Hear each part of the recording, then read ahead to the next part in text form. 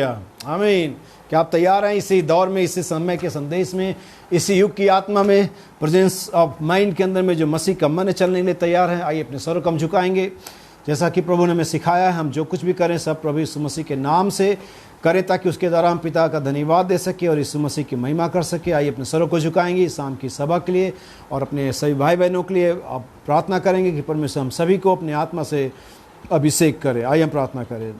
धन्यवाद धन्यवाद धन्यवाद स्वर्गीय पिता, राजाओं के राजा, हमारे उद्धारकर्ता प्रभु यीशु मसीह, तू जो सारण का गुलाब और तराइयों का वादी का शोषण है खुदावन, तू जो भोर का चमकता सितारा है खुदावन, तू जो था, जो है, जो आने वाला है, अल्फा ओमेगा, आदि अंत है खुदावन। हम तेरा धन्यवाद देते आज की इस शाम के लिए खुदावन, इस हफ्ते के बीच के दिन के लिए खुदावन, फिर से एक बार आपने प्रभु हमें फिर से एक बार एक साथ जोड़ा खुदावन, ना सिर्फ इंटरनेट के कनेक्शन में पिता, लेकिन विश्वास के एकता में खुदावन, पवित्र आत्मा के अभिषेक में खुदावन आपने हमें जोड़ा। हम इसके लिए प्रभु यीशु मसीह के नाम में आपका धन्यवाद देते पिता, और चाहते खुदान कि आज इस शाम की मीटिंग को आप अपने पवित्र आत्मा के द्वारा हैंडल करें खुदान, हम सभी को ब्लेस करें, अपनी आत्मा से छुएं, अपनी आत्मा से अभिषेक करें खुदान, और तेरा पवित्र आत्मा तेरे प्रत्येक बच्चे को प्रोवाइड हो सके पिता। तेरी आत्मा की आवाज़ तेरे हर एक चिन्ह कानों में जा सके खुदान, तेरा वचन बीज पिता प्रत्येक के प्राणों में अंकुरित हो सके पिता, जर्मेटाइज हो सके खुदावन। जब वचन बीज जाए खुदावन तो होने पाए, उसके बाद पवित्र आत्मा की बारिश उस वचन बीज को उन हृदयों में जिन्होंने इसे सुना है और विश्वास के साथ ग्रहण किया, उगा सके पिता। मैं प्रार्थना करता हूँ खुदावन, विशेष करके मेरे सारे भाई बहनों को पिता, जो इसे अपने अपने घरों से, अपने अपने काम की जगहों से या जहाँ से भी देख और सुन रहे पिता, आप प्रभु यीशु मसीह के नाम में उन सभी को आशीष दें, छुटकारा दें, चंगाई दे खुदावन। पवित्र आत्मा से भरे आप मुझे, मेरी पत्नी, मेरे बच्चों को ब्लेस करें खुदावन। जो कुछ भी पिता हमने आराधना के गीत गाए पिता, हम चाहते हैं यीशु मसीह के नाम में वो सब आपको ग्रहण योग्य हो सके खुदावन, उसके द्वारा आपको महिमा मिले और हमारी उन्नति हो पिता। अपने आपको पिता अपनी सारी तैयारियों के साथ प्रभु यीशु मसीह आपके हवाले करता हूँ, और मैं विश्वास करता हूँ कि आपके बिना हम कुछ भी नहीं पिता, होने पर कि आप हमारी अगुवाई करें पिता। मैं प्रार्थना करता हूँ हमारे छोटे से कलीसिया के लिए पिता, रामपुर में, रामनगर में पिता, बाजपुर में, कोटाबाग में, हल्द्वानी में, रुद्रपुर में, कालाडुंगरी में, अल्मोड़ा में पिता, उन सभी भाई बहनों को पिता, उनके जगहों पर, उनके कामों पर, उनके जीवनों पर, उनके परिवारों पर तेरी आशीष हो पिता। और भी जो मेरे भाई और बहन जो विश्वव्यापी कलीसिया की देह के सदस्य पिता, वे चाहे जहाँ कहीं से देख रहे हैं पिता, पंजाब में पिता, झारखंड में खुदावन, और छत्तीसगढ़ में पिता, यूपी में पिता, आप उन सभी के घरों को, उनके परिवारों को ब्लेस करे पिता। होने पर आज का संदेश प्रत्येक के लिए छुटकारा लेकर के आ सके पिता। मैं अपने परिवार को, अपने आप को पिता, सारे एनवायरनमेंट को खुदान, हर एक सिस्टम को तेरे हाथों में देता हूँ प्रभु। शैतान की हर एक युक्ति को प्रभु यीशु मसीह के नाम में श्रापित ठहराता हूँ पिता। हमारी मदद, हमारी सहायता करे, ये प्रार्थना विनती आपकी वेदी पर रखते हुए अपने उद्धारकर्ता प्रभु यीशु मसीह के नाम में मांगते हैं, आमीन आमीन। प्रभु आप सभी को आशीष दे। आइए हम परमेश्वर के वचन में से निकाल लेंगे पढ़ने के लिए, और हम पढ़ेंगे लूका उसका 21 अध्याय और उसकी 27वीं आयत मैं आपके लिए पढ़ूंगा। Gospel of Luke chapter 21 verse 27, और यहाँ पर बहुत ही महत्वपूर्ण वचन है आज के लिए और आज के समय के लिए। और यहाँ पर यीशु मसीह ने इस प्रकार से अपने चेलों को समझाया, और ये समय है मनुष्य के पुत्र के दोबारा आगमन के संबंध में। और यहाँ पर लिखा हुआ है, बल्कि मैं 27वीं आयत पढ़ देता हूँ, बल्कि ठीक है मैं 25वीं आयत से 28वीं आयत तक पढ़ देता हूँ। सूरज और चांद और तारों में चिन्ह दिखाई देंगे, और पृथ्वी पर देश देश के लोगों को संकट होगा, क्योंकि वे समुद्र के गरजने और लहरों के कोलाहल से घबरा जाएंगे। भय के कारण और संसार पर आने वाली घटनाओं की बाट देखते देखते लोगों के जी में जी न रहेगा, क्योंकि आकाश की शक्तियाँ हिलाई जाएंगी। तब वे मनुष्य के पुत्र की सामर्थ्य और बड़ी महिमा के साथ बादल पर आते देखेंगे। जब ये बातें होने लगे तो सीधे होकर अपने सिर ऊपर उठाना, क्योंकि तुम्हारा छुटकारा निकट होगा। आइए हम इसे इंग्लिश में ही पढ़ लें। Gospel of Luke chapter 21 verse 25 to 28। And there shall be signs in the sun and in the moon and in the stars, and upon the earth distress of nations, with perplexity, the sea and the waves roaring, men's heart failing them for fear and for looking after those things which are coming on the earth, for the powers of heaven shall be shaken. And then shall they see the Son of Man coming in a cloud with power and great glory. And when these things begin to come to pass, then look up and lift up your heads, for your redemption draws nigh. आमीन। प्रभु क्या उसके वचन पर हो। प्रभु आप सभी को आशीष दे। और वास्तव में आज की इस शाम के लिए मैं परमेश्वर का धन्यवाद हूँ। फिर से एक बार हम एक साथ जुड़े हुए हैं इंटरनेट के माध्यम से भी, जैसे मैंने प्रार्थना में कहा, ना सिर्फ हम इंटरनेट के द्वारा कनेक्ट हैं, लेकिन हम उस आत्मा के द्वारा भी एक दूसरे के साथ कनेक्ट हैं, उस विश्वास के द्वारा भी हम एक दूसरे के साथ कनेक्ट हैं, हम उस प्रेम के द्वारा भी एक दूसरे के साथ कनेक्ट हैं जो परमेश्वर ने हमें और आपको इस अंत के दिनों में हमें दिया है, कि हम उस विश्वास की एकता में, प्रेम के उस कटिबंध में एक हो सके जो प्रभु यीशु मसीह में हमें परमेश्वर की ओर से मिला है। और वास्तव में और आज हम सब एक हैं। मैं विश्वास करता हूँ कि आप अपने जगहों पर ठीक होंगे, और मैं वास्तव में परमेश्वर का धन्यवाद हूँ पिछले दिनों के लिए, हमारे तमाम भाई बहनों की चंगाइयों के लिए, बहन पेंजी की चंगाई के लिए मैं परमेश्वर का धन्यवाद देता हूँ, बहन अंजिलिका के लिए, बहन नीलम के लिए, बहन सुनहनी के लिए, भाई स्टैनली के लिए मैं धन्यवाद देता हूँ परमेश्वर का कि इन्होंने इनके ड्यूटियों में, इनके कोविड पॉजिटिव में परमेश्वर की मदद और सहायता की, और ये सभी अपने घरों में चैन और आराम से अपने परिवार के साथ है। और मैं विश्वास करता हूँ अगर आप में से कोई और भी परेशान है या बीमार है, मैं यकीनन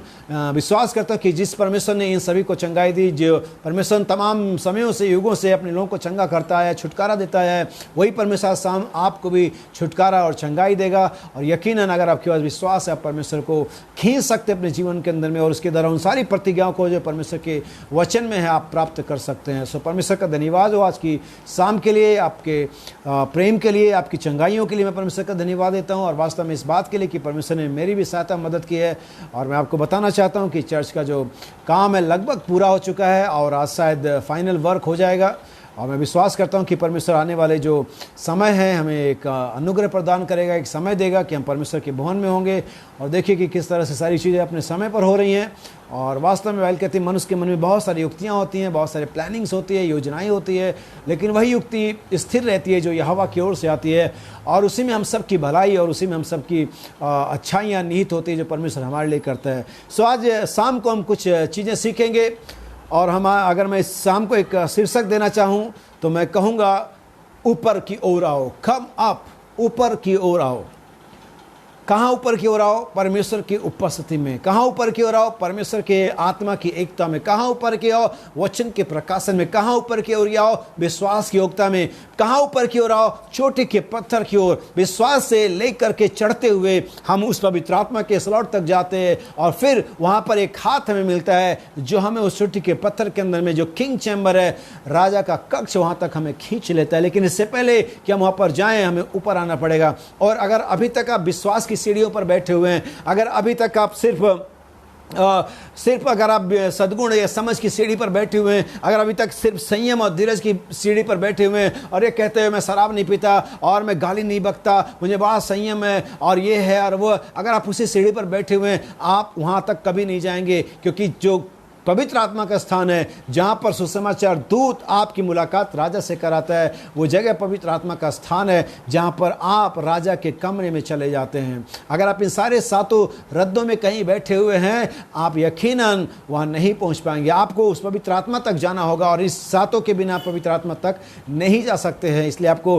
हर एक बात क्रम से लेनी पड़ेगी, और उस बैंक्वेटिक प्लेस में, उस विवाह के स्थान में आना पड़ेगा, उस सीक्रेट और हिडन प्लेस में आना पड़ेगा, जहाँ पर यीशु मसीह, जहां पर आपका दूल्हा, जहां पर आपका प्रियतम, जहां पर आपका होने वाला पति आपसे मुलाकात कर सकता है मेरे भाई बहन। और ये मिस्ट्री को बहुत कम लोग जानते हैं, लेकिन याद रखिए जब भी कोई व्यक्ति अपने लिए एक पत्नी को पाता है, अपने एक दुल्हन को पाता है, तब उसके पास पहले से उस दुल्हन के एक स्थान होता है, एक कमरा होता है। आपने देखा होगा शादियों में और समाज में, परिवारों में, इससे पहले को अपने लड़के की शादी करें और वो सोचते हैं कि इसके लिए कमरा चाहिए, और वो लड़का खुद भी सोचता है मुझे एक रूम चाहिए, क्योंकि एक पत्नी को लेने जा रहा है ताकि वो अपने एकांत में उसके साथ प्रेम कर सके, उससे बातें कर सके। यकीनन जब यीशु मसीह अपने दुल्हन को लेने के लिए आ रहा है, जब अपने के लिए दुल्हन को पाता है, तो उसके पास एक बैंक्वेटिक प्लेस है, एक ऐसा गुप्त स्थान, एक ऐसा हाइडिंग प्लेस है जहां पर वो अपनी पत्नी के साथ समय बिताना चाहता है। चर्च में नहीं बिता सकता है, वो पब्लिक प्लेस में नहीं बिता सकता है, वो कन्वेंशन में नहीं बिता सकता है, वो समाज की सोसाइटीज में नहीं बिता सकता है। और यही है जहां पर बहुत सारे लोग उसे ढूंढते हैं और चाहते हैं। लेकिन याद रखिए अगर आप एक पत्नी हैं तो आपको एक ऐसा प्लेस अपने पति के लिए, पति के साथ चाहिए जहां पर आप अपना समय बिता सके। और वो हाइडिंग प्लेस, वो छुपने का स्थान क्या है, आज शाम को हम वही जानने के लिए कोशिश करेंगे। यकीनन बाइबल कहती है बहुत सारे लोग शुरुआत तो करते हैं लेकिन अंत नहीं कर पाते। मैं आपको एक एग्जांपल देता हूं, जैसा कि अब संदेश आगे जाएगा मैं आपको उसके बारे में बताऊंगा डिटेल से। लेकिन याद रखिए बाइबल दो राज्य के बारे में बात करती है, एक तो शैतान का राज्य और एक परमेश्वर का राज्य। यीशु मसीह ने कहा, जब यीशु मसीह पर यह दोष लगाया गया कि ये सरदार, शैतानों की सरदार की सहायता से दुष्ट आत्माओं को निकालता है, तब यीशु ने कहा अगर शैतान ही शैतान को निकालता है तो उसका राज्य बना नहीं रहेगा, उसके राज्य में फूट पड़ जाएगी। इसका मतलब था साफ साफ कि शैतान का राज्य होता है। बाइबल कहती है हमारा मुकाबला, हमारा मल्ल युद्ध, हमारा जो बैटल है वो किसी मांस और लहू से नहीं, बल्कि अंधकार की शक्तियों से और उस अनजाने राज्य से जिसका मालिक शैतान है। यानी कि यहाँ पर दो राज्य हैं और हम पहले उस राज्य में पाए जाते थे जिसमें मृत्यु थी, पाप थी, गंदगी थी, शोक था, अंधकार के राज्य में पाए जाते थे। लेकिन यीशु मसीह ने हमें उस राज्य से निकाल करके एक नए राज्य में प्रवेश किया जो ज्योति और शांति और अनुग्रह और प्रेम और दया का राज्य है। और इन दो राज्यों के बीच में वो जो क्रॉस है, जिसे हम क्रूस कहते हैं, जिसे हम क्रॉस भी कहते हैं, वो उस दोनों राज्य के बीच में एक ब्रिज है, एक पुल है। और आप जब उस पुल पर आते हैं, उस क्रॉस पर आते हैं, उस ब्रिज पर आते हैं, और तब आप उस क्रॉस पर से होकर के ही आप उस राज्य में प्रवेश करते हैं। क्योंकि बाइबल कुलस्सियों की पत्री में कहती है कि उसने उस दीवार को जो हमसे अलग करती थी, उस खाई को पाट दिया उसने अपने लहू से, अपने जीवन से, अपने देह से, और हमें मौका दिया कि हम उस नए राज्य में प्रवेश करें। अभी मैं बाइबल का रेफरेंस आपको दूंगा, लेकिन इससे पहले मैं इसे दूं, मैं स्टोरी को आपके दिमाग में बैठा देना चाहता हूं। लेकिन बहुत सारी बार हम क्रिश्चियन, हम बिलीवर्स और सो कॉल मसीही लोग अपने आप को उस क्रूस के चारों तरफ ही टंगे रहते हैं, घूमते रहते हैं। याद रखिए, परमेश्वर ने हमें क्रूस के चारों तरफ घूमने के लिए, उस ब्रिज पर फोटो लोकेशन के लिए, फोटो खिंचवाने के लिए बनाया कि हम ब्रिज पर, उस क्रूस पर, उस कलवरी पर टंगे रहे और फोटो खिंचवाते रहे। How I am the near the cross, at the cross, क्रूस ही के पास नहीं। हम वो क्रूस हमें एक पुल का काम करता है कि हम उस क्रूस से होते हुए नए राज्य में चले जाएं। लेकिन 99% Christian and time message believer क्रूस के चारों तरफ टंगे हुए, यानी उस ब्रिज पर टंगे हुए। दरअसल ये ऐसे ही है जैसे परमेश्वर ने इजराइल को मिस्र से निकाला, और मिस्र से निकालने का मतलब साफ था कि उनको मिलकर कनान में ले जाता। लेकिन वे लोग 40 साल तक जंगल में भटकते रहे, टंगे रहे, घूमते रहे। और ये नहीं, ऐसा नहीं कि उस जंगल के अंदर में रहने पर उनके साथ परमेश्वर नहीं था। उनके पास मिरेकल था, उनके पास आश्चर्य कर्म था, उनके पास मन्ना था, उनके पास भेंट की रोटियां थी, उनके पास चट्टान से जल था, उनके पास पिलर ऑफ फायर था, उनके पास हर एक चीज था। उस कलवरी पर आपको घूमते हुए आपको मिरेकल मिल सकता है, आपको बहुत सारी चीज़ें मिल सकती हैं जो आप चाहते हैं परमेश्वर से, कि परमेश्वर पर दया करे, कि परमेश्वर आप पर अनुग्रह करे, कि परमेश्वर आपको अपनी सामर्थ में ले जाए, परमेश्वर आपको चंगाई दे। उस क्रूस पर टंगे रहेंगे, घूमते रहेंगे, आपको सब चीज़ें मिल सकती हैं। जैसे उन इजराइलियों को कनान के अंदर से मिस्र से निकलने पर, कनान के बीच में जाने तक, उस इजराइल के मार्ग में, जंगल के उस मार्ग में उनको वो सब चीज़ें मिलती रहीं। जब भी उनको ज़रूरत पड़ी उनके पास मन्ना था, जब उनको ज़रूरत पड़ी उनके पास चंगाई थी, जब उनको ज़रूरत पड़ी उनके पास पिलर ऑफ फायर था, जब उनको ज़रूरत पड़ी तो उनके पास आग का खंबा, बादल का खंबा था, जब उनको ज़रूरत पड़ी उनके पास चंगाइयाँ थीं। लेकिन ये पर्याप्त चीज़ें नहीं थीं। उनको उस जंगल में घूमते रहने के लिए बुलाया नहीं गया था, उनको उस जंगल में चंगाइयों के लिए बुलाया नहीं गया था, उनको उस जंगल में सिर्फ मन्ना खाने के लिए बुलाया नहीं गया था जो आसमान से बरसता था। आप कहेंगे भाई अलग मन्ना खाना क्या गलत है, वो आसमानी रोटी थी, बहुत अच्छी बात थी, लेकिन इसके लिए बुलाया नहीं गया था। उनके पास अपनी ज़मीन, अपनी उपजाने के लिए ताकत थी, उनके पास बीज था कि वो अपनी ज़मीन को लेते, उसमें बीज को बोते और अपने फसल को उपजाते और खुद उसे खाते। उन्हें किसी पर अवलंबित नहीं रहना था, उन्हें किसी पर डिपेंड नहीं करना था, उनके पास सब कुछ अपना होने वाला था। लेकिन वो 40 साल तक मिस्र के रास्ते से निकले और जंगल में घूमते रहे, उनको जंगल में घूमने के लिए बुलाया नहीं गया था। और यही है जहाँ पर आज बहुत सारे क्रिश्चियन टंगे हुए हैं, क्रूस के पास टंगे हुए, क्योंकि क्रूस तो एक ब्रिज है, एक पुल है, जहाँ से होकर के परमेश्वर अंधकार के राज्य से उजियाले के राज्य में, मौत के राज्य से जीवन के राज्य में, और तमाम शोक और उदासा और बीमारी के राज्य से चंगाई और शांति और आनंद के राज्य में पहुँचाता है। लेकिन आज बहुत सारे क्रिश्चियन क्रूस के पास टंगे हुए हैं, क्रूस ही के पास टंगे हुए हैं। वो अच्छी बात है, लेकिन वहां रहने के लिए नहीं बुलाया गया हमें। क्रूस के पास रहना बहुत अच्छी बात है, लेकिन क्रूस हमारे लिए ब्रिज का, पुल का काम करता है। कहां पहुंचाता है? अपने देश में, जहां पर हमारा अपना राज्य हो, अपना झंडा हो, अपनी करेंसी हो, अपनी जमीन हो, अपना मकान हो, जहां पर हम अपने खुद के अधिकारी हों। परमेश्वर ने आपको किसी पर अवलंबित रहने के लिए नहीं बुलाया है। परमेश्वर का हर एक, अगर आप, जैसा कि मैंने पिछली बार भी बताया था, अगर आप जानवरों के अंदर में जाए, मनुष्य को छोड़ करके कोई काम नहीं करता, कोई किसी पर अवलंबित नहीं है। कोई शेर का बच्चा, कोई शेर, बूढ़ा शेर या जवान शेर किसी दूसरे पर अवलंबित नहीं, कोई पक्षी किसी दूसरे पर अवलंबित नहीं रहता, वे खुद अपने लिए कर सकते हैं। परमेश्वर उनको ऐसा बनाया हुआ है। लेकिन आज मनुष्य अवलंबित रहता है, डिपेंड करता है किसी पर। लेकिन यीशु मसीह चाहता है कि हम अवलंबित ना रहें, हमारे पास खुद का है ये। यीशु ने कहा, हे अल्पविश्वासियों, मैं कब तक तुम्हारे साथ रहूंगा। सो ये क्रूस हमें उस राज में ले जाती है। आप क्रूस के पास टंगे रहेंगे, हो सकता है आपको चंगाई मिल जाए। हो आप क्रूस के पास रहेंगे, आपको मन्ना मिल सकता है। आप क्रूस के पास रहेंगे, आपको पिलर ऑफ फायर और रास्ते की जर्नी की जो भी कंफर्ट चीजें हैं, सुविधाएं मिल जाएंगी आपको। लेकिन यहां रहने के लिए हमें बुलाया नहीं गया, हमें एक राज्य से निकाल करके एक दूसरे राज्य में पहुंचाने के लिए बुलाया गया। आज बहुत सारे लोग रास्ते में खुश हैं क्योंकि उनको शायद मन्ना मिल रहा है। वो रास्ते में खुश हैं और सोचते हैं ये हो गया क्योंकि उनको चंगाई मिल रही है। आज बहुत सारे ईसाई लोग खुश हैं, रास्ते में उनको पिलर ऑफ फायर मिल रहा है, उनको पिलर ऑफ क्लाउड मिल रहा है, उनको चंगाइयां मिल रही हैं, उनको रोटियां मिल रही, चट्टान से पानी आ रहा है। क्या मिरेकल है, देखो प्रभु हमारे साथ है। अगर चट्टान से पानी आना प्रभु उनके साथ था, फिर मुझे आप मेरे भाई और बहन बताओ क्यों लोग मारे जा रहे थे। 24,000 14,000 कभी कितने लोग जंगल में मर गए। यीशु का उन्होंने मन्ना खाया और सब मर गए। उनको कहीं पहुंचना था। आज ईसाई समाज के साथ, हम बिलीवर्स के साथ यही समस्या। हम निकले तो लेकिन हम पहुंचे कहीं नहीं। हम अभी भी घूम रहे हैं प्रतिज्ञाओं के चारों ओर, उस पुल पर फोटो खिंचवा रहे हैं। कितना बढ़िया ब्रिज है, देखो क्रूस, यीशु मसीह हमारा मरा इस पर। जैसा कि मैं आपको बता चुका हूं, दया और अनुग्रह में फर्क होता है। आज सारे ईसाई समाज, इवन बहुत सारे बिलीवर लोग जिनके समझ नहीं होती है, आज वो प्रभु की दया पा करके, माफी पा करके खुश हैं। जैसा मैं बता चुका हूं, एक बच्चा जब बच्चे माँ बाप की बात नहीं मानता, अगर गड्ढे में गिर जाए, जब वो गड्ढे में गिर जाता, पहली चीज जो रियलाइज करता है कि मैंने गलती करी, मैंने माँ बाप की कहना नहीं माना, क्योंकि माँ बाप बोले थे बाहर मत जाना, बाहर गड्ढा है, गिर जाओगे। और जब वो गिर जाता है तो पहले चीज जो रियलाइज करता है कि मैंने गलती करी, और फिर वो पुकारता है सहायता के लिए। हो सकता है उसका बाप आए, कहे बेटा बताओ क्या बात है, पापा मैंने गलती कर दी, आप मुझे माफ कर देना। बाप कहता ठीक है मैंने माफ कर दिया और चला जाए। क्या वो बच्चा गड्ढे से निकल गया? नहीं, उस पर उसकी माफी तो हो गई, लेकिन उसको गड्ढे से निकलने की भी जरूरत थी।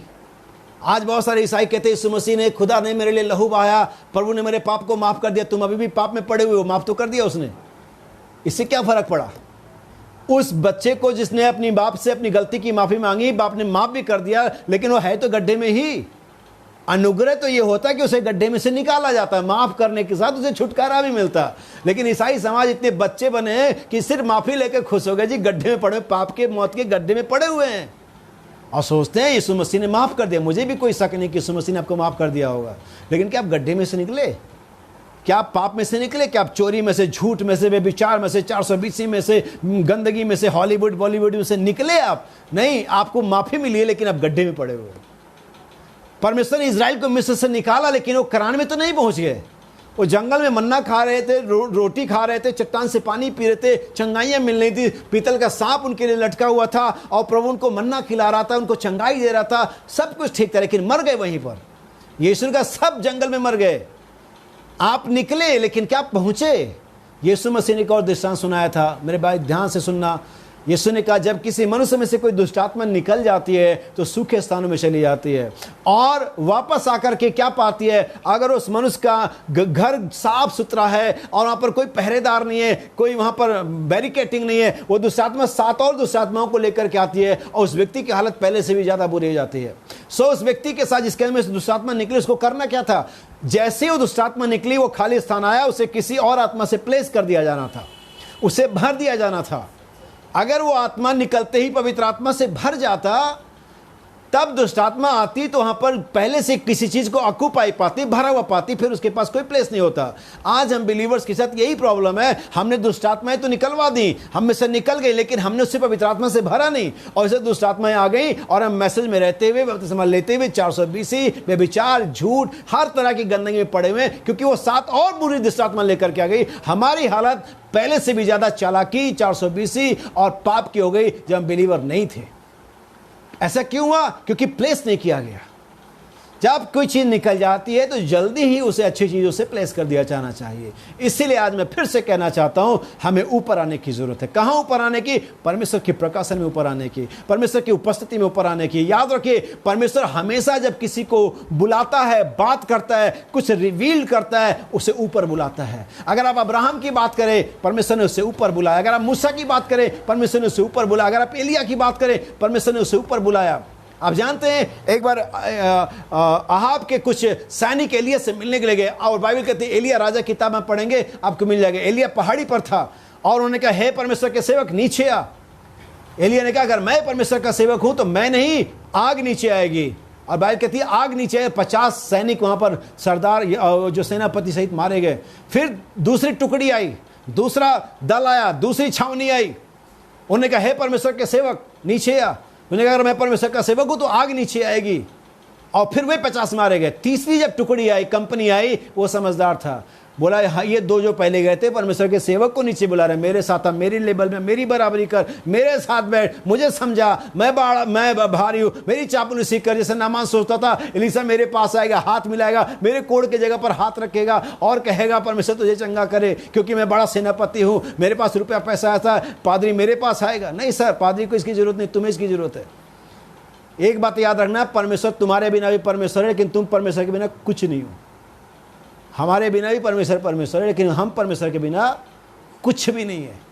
हमारे बिना परमेश्वर बना रह सकता है, लेकिन हम परमेश्वर के बिना कुछ नहीं रह सकते। याद रखे। सो परमेश्वर तीसरी टुकड़ी जब आई, वो समझदार था, वो ऊपर गया, और तब इसकी बात एलिया से हुई। जब परमेश्वर से आपने बात करनी है, मुलाकात करनी है, आपकी लेवल में नहीं आएगा, वो आपको ऊपर जाना पड़ेगा। कहाँ, कैसे ऊपर जाएंगे, इसकी सीढ़ियाँ कहाँ से आती हैं? मैं आपको बाइबल में से दिखाता हूँ। अगर आप बाइबल को पढ़ेंगे, यूहन्ना प्रकाशित वाक्य लिखा है, मैंने प्रभु के दिन में आत्मा में आ गया और मैंने मेरे पीछे कहते हुए सुना। प्रकाशित वाक्य 4 अध्याय पढ़ेंगे हम, फिर मैं आपको समझाऊंगा। मेरे पास बहुत सारे रेफरेंस है, शायद मैं सारे नहीं पढ़ पाऊंगा आपके लिए, और मैं अगले आने वाले वीडियो में काम करूंगा कि जितने भी मैं अपने कोटेशन पढ़ूंगा, चाहे बाइबल के कोड हो चाहे मैसेज के कोड हो, सब वीडियो की डिस्क्रिप्शन में आपको मिलेगा, और अगली बार से मैं इसे करूंगा। Revelation chapter 4 verse 1।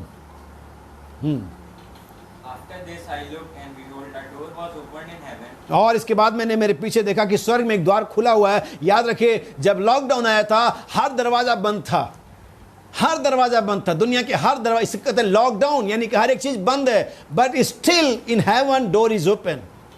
कौन सा डोर? अनुग्रह का दरवाजा।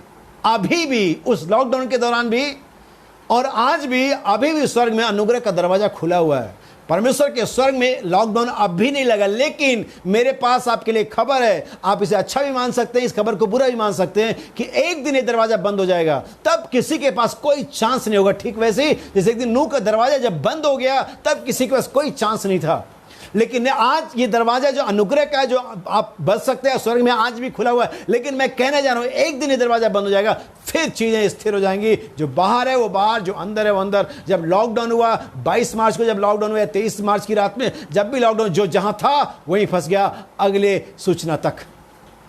लॉकडाउन हुआ, परमेश्वर का अनुग्रह दरवाजा बंद हो गया, आप 1000 साल तक नरक में फंस जाएंगे। वहां पर कोई आनंद नहीं होगा, वहां पर कोई आराम नहीं होगा, वहां पर कोई चैन नहीं होगा, वहां पर सिर्फ रोना और दांतों का पीसना होगा। 1000 साल के बाद कभी दरवाजा खुलेगा, फिर ये नहीं मालूम कि आप तब भी अंदर चले जाएंगे अच्छी जगह, फिर आपका न्याय होगा, फिर जैसा आपने किया होगा वैसे आप जाएंगे। सब कुछ बिल्कुल दुनिया के सिस्टम में वैसे चला, जैसे बाइबल में है, क्योंकि बाइबल कहती है हर एक दुनिया का जो पैटर्न चलता है बाइबल के अनुसार ही चलता है। क्योंकि आदि में वचन था, आदि में दुनिया नहीं थी, आदि में चाइना, अमेरिका या कोई सभ्यता नहीं थी जो हम खोदते कि आदि सभ्यता। आदि में वचन था, सारी सभ्यताएं, सारे नियम कानून इसी के पैटर्न पर बनाए गए। सो इस बात को याद रखिए। मैंने मेरे पीछे एक खुला हुआ द्वार देखा, और पहली आवाज जिसको मैंने पहले सुना था, जो पहले से, यानी कि याद रखिए परमेश्वर शुरू से और आज तक उसकी जो वॉइस है, the voice of God has been never change. परमेश्वर की आवाज कभी भी बदली नहीं है, आज भी, स्टिल टुडे, आज भी परमेश्वर की आवाज वही है जिसे आप सदियों से सुनते आ रहे हैं। आप वही आवाज सुन रहे हैं जिसे आदम ने सुना था, आप वही आवाज सुने जिसने नूह से कहा एक नाव बना ले, आप वही आवाज सुने जिसने अब्राहम से कहा था अपने पिता अपने घराने को छोड़कर के आ जा, आप वही आवाज सुने जिसने मूसा से कहा था मैंने मेरे लोगों की चिल्लाहट सुनी है, आप वही आवाज सुने जिसने कहा था मेरा प्रिय पुत्र इसमें रहने से मैं प्रसन्न हूं, आप वही आवाज सुने जिसने विलियम बर्नम से बात करी, आप वही आवाज आज शाम को सुन रहे हैं। द सेम वॉइस जिसे मैंने पहले सुना था मुझसे बात करने लगी, और क्या कहती है सुनिए। Come up, यही मेरा मैसेज है, come up, ऊपर आओ। कहां आओ? ऊपर आओ। आप उस नीचे तलहटी में, उस पाप की गंदगी में, उस तमाम जगहों में आप परमेश्वर की आवाज, प्लानिंग, परमेश्वर के तमाम जो योजनाएं उसको कभी नहीं समझ पाएंगे। आपको ऊपर आना पड़ेगा उसके लिए। come up, ऊपर आ जा। आज हम कहां बैठे हुए हैं? अपने कंफर्ट जोन में बैठे हुए हैं। हम मन करता हम चढ़ जाते, मन करता हम दुआ करते, मन करता हम बाइबल पढ़ते, मन करता है तो हम मैसेज पढ़ते हैं, जब ये मन करता है, जब हमारे पास टाइम होता है, ये सब आप किसके कराए करते हैं? अपने मन के, अपने सहूलियत के अनुसार। लेकिन बाइबल क्या कहती है? परमेश्वर के पुत्र वे हैं जो आत्मा की चलाई चलते हैं। कौन सी आत्मा? आपकी आत्मा और परमेश्वर की आत्मा। लेकिन हम तो जब मन करता तब बाइबल पढ़ते हैं, जब मन करता तब हम ऑनलाइन देखते हैं, जब मन करता तब हम मैसेज पढ़ते हैं, जब मन करता तब हम प्रार्थना करते हैं, जब हमारा मन करता है। और जब आपका मन करता है तब आप इसे करते, चाहे अच्छे से करें, चाहे बुरे से करें, चाहे ज्यादा करें, चाहे थोड़ा, फिर भी आप परमेश्वर के पुत्र नहीं है। क्योंकि परमेश्वर के पुत्र वे हैं जो आत्मा की चलाई चलते हैं। चाहे आप रास्ते में हो, चाहे आप ड्यूटी पर हो, चाहे आप घर में हो, चाहे समय अच्छा हो, चाहे समय बुरा हो, वे नहीं जो समय अच्छा होता, सब कुछ बढ़िया, परिवार में चल रहा है, सैलरी आ रही है, चंगाइयां मिली हुई हैं, तो हम चलो बाइबल दुआ करते। नहीं सर, ऐसा करने वाले तो बहुत सारे लोग हैं। लेकिन विपरीत परिस्थितियों में कौन करता है? आत्मा की चलाए जो चलते हैं। सो यूहन्ना से परमेश्वर का वचन कहता है, मैंने एक आवाज मेरे पीछे सुनी जो तुरई की सी बातें करता था, जो पहले भी बात कर चुका है, यहां ऊपर आ जा और मैं तुझसे क्या करूंगा? बातें करूंगा, तुझे वे बातें दिखाऊंगा जो इन बातों के बाद होने वाली है। आप ऊपर आने के बिना उन बातों को नहीं दे सकते जो अब होने वाली हैं। इसलिए मैंने लूका 21 पढ़ा। उन आने वाले समयों के कारण, जो जगत में आने वाली घटनाएं, उनके कारण लोगों के जी में जीना रहेगा। और आज दुनिया इस बात के अंदर में है। आज इस छोटे से वायरस ने, जिसका साइज 0.2 माइक्रोन है, 0.2 माइक्रोन, और ये आपके N95 मास्क में पाए जाने वाले उस होल से 10 गुना छोटा है। यानी कि आपके N95 जो मास्क है उसके अंदर में इतना बड़ा होल है कि 10 वायरस एक साथ आ सकते हैं। कोई मास्क इसको नहीं रोक सकता। यीशु का लहू the best protection of any virus. किसी भी वायरस से यीशु का लहू ही सबसे बढ़िया सुरक्षा कवच है। कोई भी वायरस उसमें प्रवेश नहीं कर सकता। अगर वो नहीं है, मैं नहीं जानता आप बचेंगे और नहीं बचेंगे। अगर मैं आज बचा हूं, अगर आप आज बचे, सिर्फ यीशु के लहू के कारण बचे। याद रखें इस चीज को। आमीन। सो बाइबल कहती है आने वाली घटनाओं के कारण लोगों के जी में जी नहीं रहेगा। अभी हो सकता है कि आने वाले 1 महीने में, 2 महीने में, 6 महीने में वो कोरोना वायरस का क्या निकाल लेंगे? वैक्सीन निकाल लेंगे। जैसे ही वैक्सीन आ जाएगी, कोई दूसरा वायरस आएगा जो शायद इससे ज्यादा घातक होगा, और यकीनन होगा। इस वाले ने आपको बहुत सारा टाइम दिया, अगला वाला शायद ना दे। आमीन। जैसे ही आप जानते हमारे 1970 से अगर मैं 2020 तक इन सारे 50 सालों का अगर मैं लेखा जोखा दूं, जब पोलियो आया, दुनिया पर टकराया, सालों साल लोग मरते रहे, तब कहीं जाकर के 10 साल में उसका वायरस आया, उसका एंटीडोज आया, टीका आया उसका। उसके बाद खसरा आया, उसका मीजल्स आया, उसके बाद हेपेटाइटिस आया, फिर उसका टीका आया। और जैसे इन टीकों का काम हुआ, जैसे लोगों ने इस पर बीमारियों पर थोड़ा सा कंट्रोल पाया, वैसे ही आपका एड्स आ गया। और अभी भी प्रॉपर तरीके से एड्स का वैक्सीन नहीं है।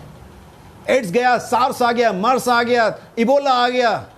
अभी इबोला का कुछ भी नहीं हुआ, कोरोना आ गया। अभी तुम कोरोना का ढूंढ भी नहीं पाओगे, कोई तीसरा रोना आ जाएगा। करोगे क्या? बाइबल कहती है आने वाली घटनाओं के लिए उनके जी में जी नहीं रहेगा। और तब जब ये बातें होने लगे, तब अपना सर ऊपर करना, क्योंकि जब ये बातें होने लगेगी तब मनुष्य का पुत्र भी आने वाला होगा। तब तुम्हें नीचे क्यों नहीं देखना है कि कौन से बंकर में चला जाऊं। आज अमेरिका बंकर बना रहा है। आपको लगता है बंकर में वायरस नहीं जाएगा? बंकर में परमाणु बम नहीं जा सकता, लेकिन वायरस जा सकता है। आप 7 तालों के अंदर भी सुरक्षित नहीं है। कोई कहीं भी सुरक्षित नहीं है। डॉक्टर्स मर रहे हैं, पॉलिटिशियंस मर रहे हैं, बॉलीवुड हॉलीवुड स्टार मर रहे हैं, हर एक व्यक्ति मर रहा है। पता नहीं ये सही है झूठ है, मुझे नहीं, लेकिन जो भी है ऐसी खबरें हैं। लेकिन अगर इसी के रूप को बढ़ा दिया जाए तो ये कितना भयावह हो जाएगा, आप अंदाजा नहीं लगा सकते। आइए हम पढ़े लूका 21, जहां से हमने पढ़ा था 24वीं आयत के बजाय हम 25वीं आयत पढ़ेंगे।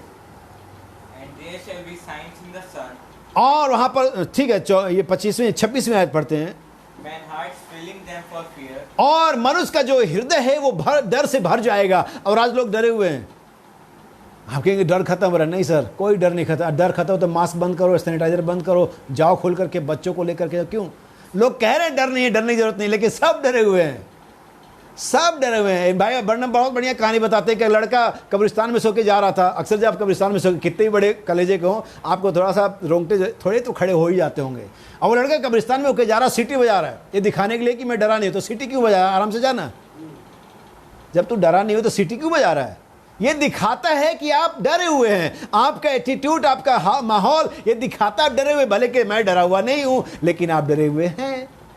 लोगों का हृदय डर से, आने वाली घटनाओं को देखते हुए हृदय डर से भर जाएगा। सुनिए, Man hearts failing them for fear and for looking after those things which are coming on the earth. और उन बातों को देखते हुए जो आने वाली पृथ्वी पर, अभी सुनामी आ रहा है, अभी सोलर सुनामी आ रहा है, अभी कोई उल्का पिंड आ रहा है, अभी कोरोना का वैक्सीन नहीं आया, ये और वो और महामारी आने वाली है, और कितनी भुखमरी आने वाली, बेरोजगारी आने वाली। लोग डरे हुए, क्या होगा मेरे बच्चों का, क्या होगा मेरे जायदाद का, क्या होगा मेरी गाड़ी का, क्या होगा मेरी सेहत का।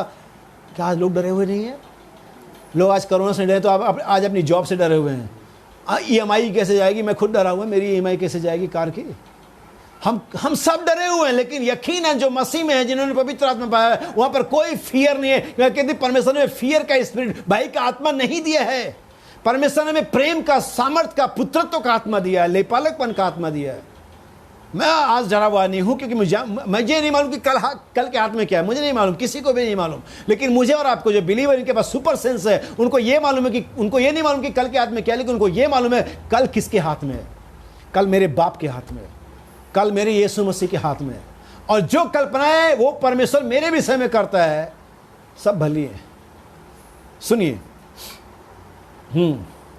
For the powers of heaven shall be shaken, and then shall they see the Son of Man और तब वो मनुष्य के पुत्र को बादलों पर आते हुए देखेंगे। जब ये चीजें हो रही होंगी, ठीक इसी बीच में एक और प्लस पॉइंट होगा, एक अच्छी चीज होगी देखने के लिए, और वो ये होगी कि मनुष्य का पुत्र का भी आगमन होगा। फिर से पढ़ते इस वर्ष को। And then shall they see the Son of Man coming in a cloud with यीशु मसीह परमेश्वर मनुष्य के पुत्र के आते हुए। मैंने ये नहीं कहा कि मनुष्य के पुत्र को प्रकट होते हुए, नहीं, बाइबल ऐसा कह रही है। Manifestation of the son of man and coming of the son of man, two different things. मनुष्य के पुत्र का प्रकटीकरण और मनुष्य के पुत्र का आगमन दो अलग अलग बातें। जब भाई ब्रैनम आए थे, नबी जब आया था, जब नबी का संदेश चला था, वो manifestation of the son of man था। नबी ने मनुष्य के पुत्र को प्रकट किया। लेकिन यहां इन सारी घटनाओं के बाद जब विपत्तियां आती हैं, जब सूरज चांद सितारा में अंतर दिखाई देता है, जब पृथ्वी विपत्ति के कोलाहल से भर जाती है, जब बैक टू बैक महामारियां आती हैं, विपत्ति पृथ्वी पर प्रहार करती, तब मनुष्य का पुत्र आता है। और बाइबल कहती है, क्या जब मनुष्य का पुत्र आएगा तो विश्वास पाएगा। क्योंकि इस समय इतनी ज्यादा टेक्नोलॉजी आ चुकी होगी, साइंस का इतना ज्यादा दबदबा हो चुका होगा। क्योंकि आप सोचेंगे, अगर आपने उनका इनकार किया, अगर आपने WCC का इनकार किया, अगर आपने वैक्सीन का इनकार किया, अगर आपने वन वर्ल्ड करेंसी का इनकार किया, अगर आपने डिजिटल ट्रांजेक्शन का इनकार किया, आप कहां जाएंगे? उस समय लोगों को विश्वास नहीं होगा कि क्या जब मनुष्य का पुत्र आएगा तो विश्वास पाएगा। मेरा जवाब है, किसी के पास नहीं। लेकिन इससे पहले कि मनुष्य का पुत्र आता, मनुष्य के पुत्र के प्रकटीकरण ने हमारे अंदर विश्वास पैदा किया है। इससे पहले कि मनुष्य का पुत्र आता, मनुष्य के पुत्र के प्रकटीकरण ने, जो कि विलियम ब्रैनम मलाकी 4 का संदेश है, उसने हमारे हृदय में विश्वास को पैदा किया है। आप कहेंगे विश्वास को कैसे पैदा किया? बाइबल कहते हैं विश्वास सुनने से, और सुनना परमेश्वर के वचन से होता है। नबी ने आकर के वचन प्रचार किया। उससे पहले संस्थाएं दोगमा, रीति रिवाज, कल्ट और अन्य भाषा और पवित्र आत्मा का वरदान प्रचार करती थी। लेकिन नबी ने वचन प्रचार किया। विश्वास सुनने से और सुनना वचन से होता है। हमने वचन सुना, मनुष्य के पुत्र के प्रकटीकरण को देखा, हमने विश्वास किया। इसलिए जब मनुष्य का पुत्र आता है, when the coming of the son of man, now faith is, अब विश्वास है। क्योंकि इससे पहले कि मनुष्य का पुत्र आता, मनुष्य के पुत्र के प्रकटीकरण ने विश्वास पैदा किया। इसलिए नबी मलाकी 4 ने वचन प्रचार किया। सुनिए, And then shall they see the Son of Man coming in a cloud with power and with great glory. हाँ, तब ये मनुष्य के पुत्र को बड़ी सामर्थ और महिमा के साथ बादलों पर, कहा? किसी कलीसिया पर नहीं, किसी चर्च पर नहीं, किसी समुदाय पर नहीं, बादलों पर आता हुआ देखेंगे। हाँ, And when these things begin to, अब यहां पर लिखा है when these things, जब ये सारी बातें, पिछले 24वें, 25वें, 26वें, 28वें आयत में जो बातें लिखी हुई हैं, जब पृथ्वी पर चांद और सितारों में आपको फर्क दिखाई देने लगे, जब पृथ्वी पर कोलाहल होने लगे, जब समुद्र गरजने लगे, जब विपत्तियां एक पर एक बाई एक आने लगे, और उसी समय मनुष्य का पुत्र का भी आगमन हो, जब ये बातें होने लगे, क्या मैं और आप आज इतने ब्लाइंड नहीं है कि हम इन बातों को होते हुए ना देख सके? हम इसे पृथ्वी पर चारों तरफ देख रहे हैं। नबी कहता है आसमानों में लिखा हुआ है, ये पृथ्वी पर लिखा हुआ है, हर एक न्यूज़पेपर में लिखा हुआ है। विपत्ति, त्राही, माम और विपत्तियां और महामारियां, कोलाहल, हर एक चीज। एक दिन का न्यूज़पेपर उठा करके देखो, रोज आर्टिकल आ रहा है, रोज मीटर उनका, कोरोना का मीटर, डेथ इतने हुए, इतने एक्टिव है, इतने फिर आए, रोज अखबार इन चीजों से भरा हुआ है। रोज पृथ्वी नेचुरल डिजास्टर की घटनाओं से भरी हुई है। आपको अगर पता नहीं, मैं आपको बता, मॉरिशस के जो ग्लेशियर हैं, पहाड़ हैं, उन्हें कंबल से ढका जा रहा है ताकि वे ना पिघले, और ग्लेशियर खिसक रहे हैं। ये क्या है? प्राकृतिक घटना है, बाइबल ही कह रही है। समुद्र की कोलाहल, जब ग्लेशियर खिसकते हैं तब समुद्र में कोलाहल होता है। आपको ये पता होना चाहिए, क्योंकि आप नहीं देखते, आप सिर्फ एक ही तरफ आज फोकस कर रहे हैं, जमीन जमीन जमीन, उस सूअर के समान जो हमेशा नीचे देखता है। क्योंकि सूअर को कभी आसमानों में देखते हो आप कभी भी नहीं पाएंगे, वो हमेशा नीचे देखता है। जमीन नौकरी, पैसा, मकान, ये और वो। आपके भाई लोग आप नहीं देखते, ये जितना जरूरत है उतना ही देखता हूं मैं। उसके लिए मर नहीं रहा हूं, उसके लिए मैं कुछ भी ऐसा नहीं कर रहा हूं जो मुझे मसीह होने के लिए शर्मिंदा होना पड़े। लेकिन जब ये बातें होने लगे तब क्या करना? ऊपर की ओर देखना। कहां ऊपर? दाऊद कहता है, मैं अपनी आंखें पर्वतों की ओर लगाऊंगा, जिसने जमीन आसमान को बनाया, मैं उस परमेश्वर की ओर देखूंगा। सुनिए last verse. And when these things begin to come to pass, then look up and lift up your head. जब ये चीज होने तो ऊपर की ओर देखना, अपने सर को ऊपर की ओर उठाना, For your redemption draws तुम्हारा छुटकारा निकट होगा। हालेलुया। याद रखे इस चीज को। आज दुनिया के हर लोग नीचे की ओर देख रहे हैं। मैं देख रहा था, जैसे मैं बता चुका, फिर से बताता हूँ, क्रिश्चियनिटी कितनी गर्त में जा चुकी है, मसीही लोग कितने नॉनसेंस हो चुके हैं। आप कहेंगे भाई लोग कैसी बातें कर रहे हैं? अगर आपके पास सुपर सेंस नहीं है तो आप नॉनसेंस ही हैं, क्योंकि सुपर सेंस पवित्र आत्मा है, और अगर वो नहीं है तो आप नॉनसेंस। अभी मैं पढ़ूंगा कोर्ट्स में से। राहत इंदौरी मरता है, लोग मसीही लोग फेसबुक पर लिखते हैं RIP। किसके लिए? राहत इंदौरी, एक मुसलमान, एक शायर जिसने मसीह को न जाना न समझा। मुझे समझ नहीं आता कि रेस्ट इन पीस में कैसे होगा वो। ये हमारी मसीहत है आज। और बड़े बड़े लोग, प्रीचर, प्रचारक, बड़े बड़े लोग कहते राहत इंदौरी विश्राम में। अरे विश्राम में कैसे जाएगा? यीशु का मेरे पास आओ, मैं तुम्हें विश्राम दूंगा। यीशु मसीह के पास तो आया नहीं था जो विश्राम पाएगा वो। ये हमारी मसीहत की अवस्था है। लेकिन जब ये बातें होने लगे, बाइबल कहती है ऊपर की ओर देखना, तुम्हारा छुटकारा। सो परमेश्वर की मिस्ट्री जानने के लिए, छुटकारे के लिए, भेदों के प्रकट होने के लिए, परमेश्वर की आवाज को सुनने के लिए आपको कहां जाना है? ऊपर। मूसा कहां गया? ऊपर। सुनिए, मैं आपके लिए बाइबल की एक आयत पढ़ता हूं, और बहुत ही महत्वपूर्ण है ये। निर्गमन उसका 19 अध्याय 3-6 आयत पढ़ेंगे। Exodus chapter 19 verse 3-6। निर्गमन की किताब उसकी 19वां अध्याय उसकी 3 से लेकर के 6 आयत तक हम पढ़ेंगे। And Moses went up to God. Bible की क्या लिखा है? और मूसा ऊपर परमेश्वर के पास गया। परमेश्वर नीचे मूसा के पास नहीं आया। परमेश्वर की आवाज सुनने के लिए, परमेश्वर की प्लानिंग जानने के लिए, परमेश्वर अपने लोगों से क्या कहना चाहता है, क्या योजना उसके पास अभी ठीक उसके लिए, उनके लिए, इसको जानने के लिए परमेश्वर ने मूसा को ऊपर बुलाया। मूसा ऊपर गया। हाँ, फिर से। And Moses went up unto God, and the Lord called unto him out of the mountain. हाँ, Thus shall thou say to the house of Jacob. और उसने परमेश्वर, अब जब मूसा ऊपर आ गया, पहाड़ पर आ गया, ऊपर की ओर आ गया, परमेश्वर ने मूसा से बताया कि मेरे पास मेरे लोगों के लिए क्या प्लानिंग है। जैसे एक राजा अपने क्लर्क को, अपने मुनीम को बुलाता है और अपनी कंपनी के लिए, अपने लोगों के लिए प्लान जारी करता है, ठीक ऐसे परमेश्वर ने मूसा को बुलाया और कहा याकूब के घराने से ऐसा कह, And tell the children of Israel, you have seen what I did unto the Egyptians. हाँ, देख मैंने तुम्हारे लिए मिस्रियों के साथ क्या क्या किया। And how I bare you an eagle's wings and brought you into myself. अब देखिए, पहली बात यहाँ पर जो समझने की, जैसे मैंने पहले बताया, हम क्रूस रूपी ब्रिज पर घूमे नहीं, हम क्रूस रूपी ब्रिज पर फोटो सेशन ना करें, बल्कि क्रूस रूपी ब्रिज के द्वारा उस राज्य में चले आए जहां पर बुलाने के लिए हमें निकाला गया। यहां पर परमेश्वर का इजराइल को छुटकारा देने के बाद ये प्लान है। अगर आप देखेंगे 13वें 12वें अध्याय से 18वें अध्याय तक परमेश्वर इजराइल को मिस्र से निकाल रहा है, उनके लिए आश्चर्य कर्म कर रहा है, उनके लिए नील सागर को फाड़ रहा है, मिस्रियों को मार रहा है, मिस्र की सेना को डुबा रहा है, उनके लिए हर एक काम कर रहा है। और अब इजराइल को परमेश्वर बता रहा है कि देख मैंने क्या किया है। परमेश्वर जब किसी को छुटकारा देता है, वो अपने आप को नाम महान बना के छुटकारा नहीं देता है। देखो मैंने तुम्हें छुटकारा दिया, मैं परमेश्वर हूं।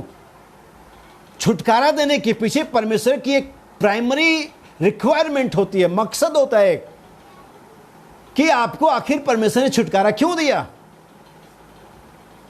परमेश्वर ने मजे मजे में, खेल खेल में, या अपने नाम को बड़ा करने के लिए कि आप जानो कि परमेश्वर आपको छुटकारा नहीं दिया।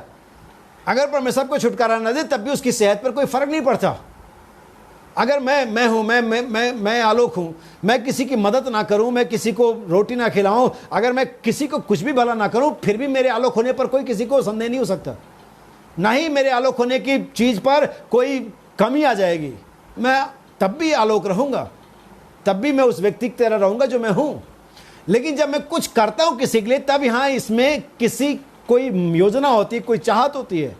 परमेश्वर अगर मेरा छुटकारा ना करे, परमेश्वर अगर मेरा उद्धार ना करे, अगर परमेश्वर रहे, मेरे लिए कुछ ना करे, तो अभी वो परमेश्वर रहेगा। लेकिन अगर उसने मेरा, आपका या इजराइल का छुटकारा किया, उसका एक मकसद था, एक प्राइमरी रिक्वायरमेंट थी, और वो ये थी, वो फेलोशिप चाहता था। अगर पाप में आदम चले गया, परमेश्वर ने उसको बनाया था कि उसके साथ संगति करे, आदम गुनाह में चले गया, संगति टूट गई, परमेश्वर उसको अगर नहीं बचाता था, परमेश्वर बना रहता। लेकिन परमेश्वर उसको दोबारा छुड़ाया, उसके लिए मेमने को मारा, किस लिए? ताकि उसके साथ अपनी संगति को पुनः जोड़ सके। अगर आज परमेश्वर ने आपको छुटकारा दिया दुनिया से, पाप से, संस्था से, मृत्यु से, आप छुटकारा पाकर के आ गए, आप परमेश्वर को भूल गए, परमेश्वर आपको भूल गया, ये तो कोई मतलब नहीं हुआ। यकीनन हम ही परमेश्वर को भूले हैं, परमेश्वर हमें कभी नहीं भूलता। उसने हमारा चित्र हथेली पर बनाया। जब व्हाट्सएप स्टेटस आपके पास नहीं था, तब से उसके पास है। ना सिर्फ बनाया, बल्कि अपना नाम, हमारा नाम भी लिखा है, हमारा फोटो भी है उसके पास, हमारा नाम भी उसके पास। याद रखिए इस चीज़ को, कोई परमेश्वर को मूर्ख नहीं बना सकता शैतान कि तेरा बच्चा नहीं है, इसका नाम ये नहीं है, उसका नाम भी है, फोटो भी है परमेश्वर के पास। हमारा चित्र हथेली पर है, नाम किताब में दर्ज है। हालेलुया। याद रखिए इस चीज को। सो बाइबल क्या कहती है? मूसा ऊपर आया, परमेश्वर ने मूसा से कहा इस्राएल को ये वचन सुना दे कि क्या मैंने मिस्रियों में क्या क्या किया, परमेश्वर ने तुम्हारे लिए क्या क्या किया। तो परमेश्वर की जो प्राइमरी रिक्वायरमेंट है आपके छुटकारे के लिए, कि आपसे संगति चाहता है। बहुतेरे मसीह आज छुटकारा पा चुके पाप से, मृत्यु से, संस्था से, लेकिन वो मसीह के साथ संगति नहीं कर रहे हैं।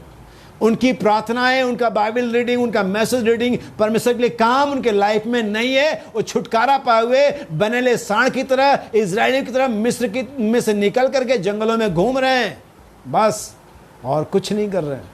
लेकिन परमेश्वर ने इसलिए छुटकारा दिया इजराइल का, ताकि उनके साथ क्या करे? संगति करे। हालेलुया। ध्यान सुनिएगा, सुनिए, आइए हम आगे पढ़ें। Now therefore, if you will obey my voice indeed and keep my covenant. परमेश्वर की दो ही रिक्वायरमेंट होती है अपने लोगों से, परमेश्वर की आवाज को सुनना और आज्ञा मानना। और आज हम यहीं से चूक गए हैं। हम परमेश्वर के लिए बहुत कुछ कर रहे हैं, धर्म के काम कर रहे हैं, लेकिन आज्ञा नहीं मान रहे। मैं परिवारों में जानता हूँ, मैं एक पिता हूँ, आप सभी जो पारिवारिक हैं आप समझते होंगे। क्या हो अगर आपके बच्चे आपके लिए अच्छी अच्छी चीज़ें लेकर के आए? हर महीने आपका बच्चा विदेश अमेरिका में बैठा, हर महीने 50,000 रुपये डाले आपके अकाउंट में, हर महीने आपके लिए बहुत सारे ड्राई फ्रूट्स और तमाम चीज़ें भिजवाए, और आपसे प्रेम ना करे, आपकी आज्ञा ना माने। आज हम यीशु मसीह के लिए कल चर्च बना रहे हैं, यीशु मसीह के लिए हम दान कर रहे हैं, हम हर चीज़ दिखा रहे हैं, हमने यीशु मसीह के लिए किया, वो किया, लेकिन हम उसकी आज्ञा नहीं मानते। परमेश्वर ऐसे पुत्रों को, ऐसे मसीहों को नहीं चाहता। परमेश्वर चाहता कि लोग उसकी आवाज सुने। Obey my voice and keeps my commandments. परमेश्वर की हमेशा ये प्राइमरी रिक्वायरमेंट रही अपने लोगों से, उत्पत्ति से लेकर के प्रकाशित वाक्य। आज भी इस रिक्वायरमेंट में कोई बदलाव नहीं आया है। आज भी परमेश्वर अगर किसी को छुटकारा देता है उसके गंदगी जीवन से, पाप के जीवन से, मृत्यु के जीवन से, वो चाहता है वो उसके साथ संगति करे। हालेलुया। परमेश्वर की ये मकसद है आपके छुटकारा देने के लिए, और परमेश्वर की डिमांड है कि आप उसकी आवाज सुने, उसकी आज्ञा माने। इसमें कोई बदलाव नहीं आया। सुनिए आगे। Now therefore, if you will obey my voice indeed and keep my covenant, then you shall be a peculiar treasure unto me above all people. अगर तुम मेरे लिए सब कहानी कहना मानोगे, मेरी आवाज को सुनोगे, तब तुम मेरे लिए सब लोगों से बढ़कर के मेरा ट्रेजर यानी संपत्ति ठहरोगे। क्या लिखा हुआ है? संपत्ति। हिंदी में ऐसे लिखा हुआ है। इसलिए अब यदि तुम मेरे निश्चय मानो और मेरी वाचा का पालन करोगे, तो सब लोगों में से तुम मेरा निज धन ठहरोगे। ओ हालेलुया। निज धन। आपके भाई धन, परमेश्वर हमेशा अपनी कलीसिया को अपने धन, अपनी संपत्ति, अपनी पत्नी के रूप में रिफ्लेक्ट करता है। मैं आपके लिए 2 आयतें पढ़ता हूँ, आप समझ जाएंगे मैं क्या कहना चाह रहा हूँ। नीति वचन 18:4,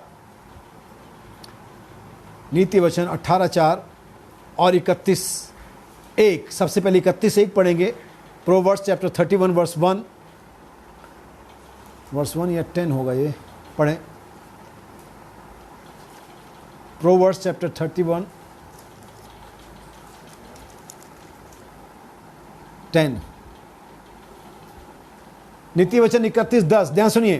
Who can find a virtuous woman? वो भली पत्नी, एक्चुअली भली का मतलब इंग्लिश में गुड होता है, लेकिन इंग्लिश में पढ़ेंगे तो लिखा वर्चुअस वुमेन। भली पत्नी नहीं, वर्चुअस, गुड वाइफ नहीं, वर्चुअस वाइफ, वर्चुअस वुमन। जैसा कि मैंने कुछ दिन पहले जब चर्च ओपन था, मैंने चर्च प्रचार किया था, आज लोग वर्चुअल हो गए हैं। वर्चुअल का मतलब होता है आभासी। आजकल वर्चुअल क्लासेस चल रही हैं, वर्चुअल चर्च चल रहे हैं, वर्चुअल गेम चल रहे हैं, हर चीज़ वर्चुअल। वर्चुअल का मतलब है एक ऐसा इलेक्ट्रॉनिक सिस्टम जहाँ पर चीज़ें आभासी लगती हैं, असली होती लेकिन होती नहीं है, वर्चुअल होता है। और आज लोग मसीही वर्चुअल क्रिश्चियन हो गए हैं। वर्चुअल मसीही जैसे लगते हो, है नहीं, लगते क्रिश्चियन है नहीं। परमेश्वर को वर्चुअल ब्राइड नहीं चाहिए, परमेश्वर को वर्चुअस ब्राइड चाहिए। कितना थोड़ा सा फर्क है वर्चुअल और वर्चुअल। हमें आभासी मसीह नहीं होना कि हम मसीह जैसे लगने चाहिए, हमें मसीह होने चाहिए। बहुत सारी चीज़ें मसीही जैसे, बहुत सारी चीज़ें कुछ चीज़ों की जैसी लगती हैं बट होती नहीं है। माइकल एंजेलो ने मूर्ति बनाई फॉरेस्ट लॉन के अंदर में, जो आज भी जर्मनी में रखा हुआ है, अमेरिका में रखा हुआ है। वो मूर्ति मूसा की तरह थी, मानो बोल पड़ेगी, लेकिन मूसा तो नहीं था। बहुत सारी कलाकृति ऐसी होती है, बहुत सारे फोटोज ऐसे होते हैं मानो बोल पड़ेंगे, लेकिन वो होते तो नहीं है। आज बहुत सारे क्रिश्चियन ऐसे लगते हैं एकदम क्रिश्चियन है भाई, बिल्कुल सही है, लेकिन नहीं होता है वो। परमेश्वर को, मुझे या आपको, किसी को भी वर्चुअल रोटी से पेट नहीं भरती है। किसी शायर ने बड़ा अच्छा कहा, दुनिया कितनी भी आधुनिक हो जाए, कितनी भी डिजिटल हो जाए, लेकिन गूगल से रोटी तो नहीं निकलेगी।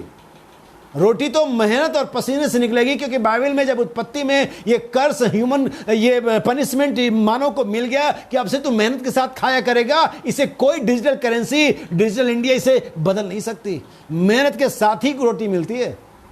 वर्चुअल रोटी से आपका पेट नहीं भरेगा, वर्चुअल वाइफ से आपकी संपत्ति नहीं बढ़ेगी, किसी भी वर्चुअल चीज से कुछ भी नहीं होगा। आभासी मसीह नहीं, रियल क्रिश्चियन होने चाहिए। जिसने वर्चुअस वुमन पाली, उसने क्या कर लिया? Verse 10, Who can find a virtuous woman? कौन बहुमूल्य सद्गुण वाली स्त्री पा सकता है? For her price is far above rubies. और उसका जो मूल्य है वो मूंगों से भी, किसी भी धन से, संपत्ति से ज्यादा है। इसलिए परमेश्वर यहोवा कहता है, अगर तुम मेरी बात को सुनो, मेरी आज्ञाओं को मानो, तो सब लोगों में से ज्यादा तुम मेरे निज संपत्ति ठहरोगे। वर्चुअस वुमेन, एक भली स्त्री की जो कीमत है धन से ज्यादा है। आपके, मैं इस मैसेज के अंदर में एक स्टोरी में आपको बताऊंगा जो बाइबल ने बताया है। नबी कहता है, आज लोगों के पास घरों में बहुत ज्यादा रुपया है, पैसा है, सुख और सुविधाएं हैं, लेकिन वर्चुअस वाइफ और वर्चुअस बच्चे नहीं है। और इसलिए उनका घर संगमरमर लगा हुआ, लेकिन नरक से ज्यादा कुछ नहीं है। जेब और अकाउंट में डिजिटल करेंसी पड़े हुए, लग्जरी गाड़ियां हैं, लेकिन लाइफ नरक से ज्यादा कुछ भी नहीं है। 15 करोड़ रुपए उसके अकाउंट में था, मैं नाम लेना चाहूंगा, सारे लोग आजकल उसी का खबर पढ़ रहे हैं, लेकिन सुसाइड कर लिया। बहुत सारे ऐसे अमीर लोग मर जा रहे हैं, सुसाइड कर ले रहे हैं। क्यों ऐसा है? क्योंकि आपके पास वर्चुअस वाइफ और वर्चुअस बच्चे और वर्चुअस हस्बैंड नहीं है। आज यीशु मसीह के पास कहने को बहुत सारे वर्चुअल गिरजे हैं, करोड़ों रुपए की मारते हैं, उनका पादरी शायद ऑटोमेटिक गाड़ियों में चलता है, और चर्च आने वाले में अरबपति लोग, करोड़पति लोग हैं। लेकिन क्या यीशु मसीह को ऐसी ब्राइड चाहिए, ऐसी कलीसिया चाहिए जो कुछ भी करती हो? अगर आपको जो अमीर है या जैसे भी हैं, एक ऐसी पत्नी चाहिए जो पढ़ी लिखी ना हो, नौकरी लेकिन ईमानदार हो, पवित्र हो, और आपके साथ विश्वास से रहती हो। आप इसके लिए कुछ भी खर्च करेंगे, परमेश्वर भी करेगा। उसको तड़क भड़क नहीं चाहिए, उसे एक वर्चुअस वाइफ चाहिए। 18:4 प्रोवर्ब्स चैप्टर 18 वर्स 20, ठीक है। प्रोवर्ब्स चैप्टर 18 वर्स 20, नीति वचन 18:4-20। A man's belly shall be satisfied with the fruit of his mouth, and with the increase of his lips shall he be filled. शायद ये नहीं है, ये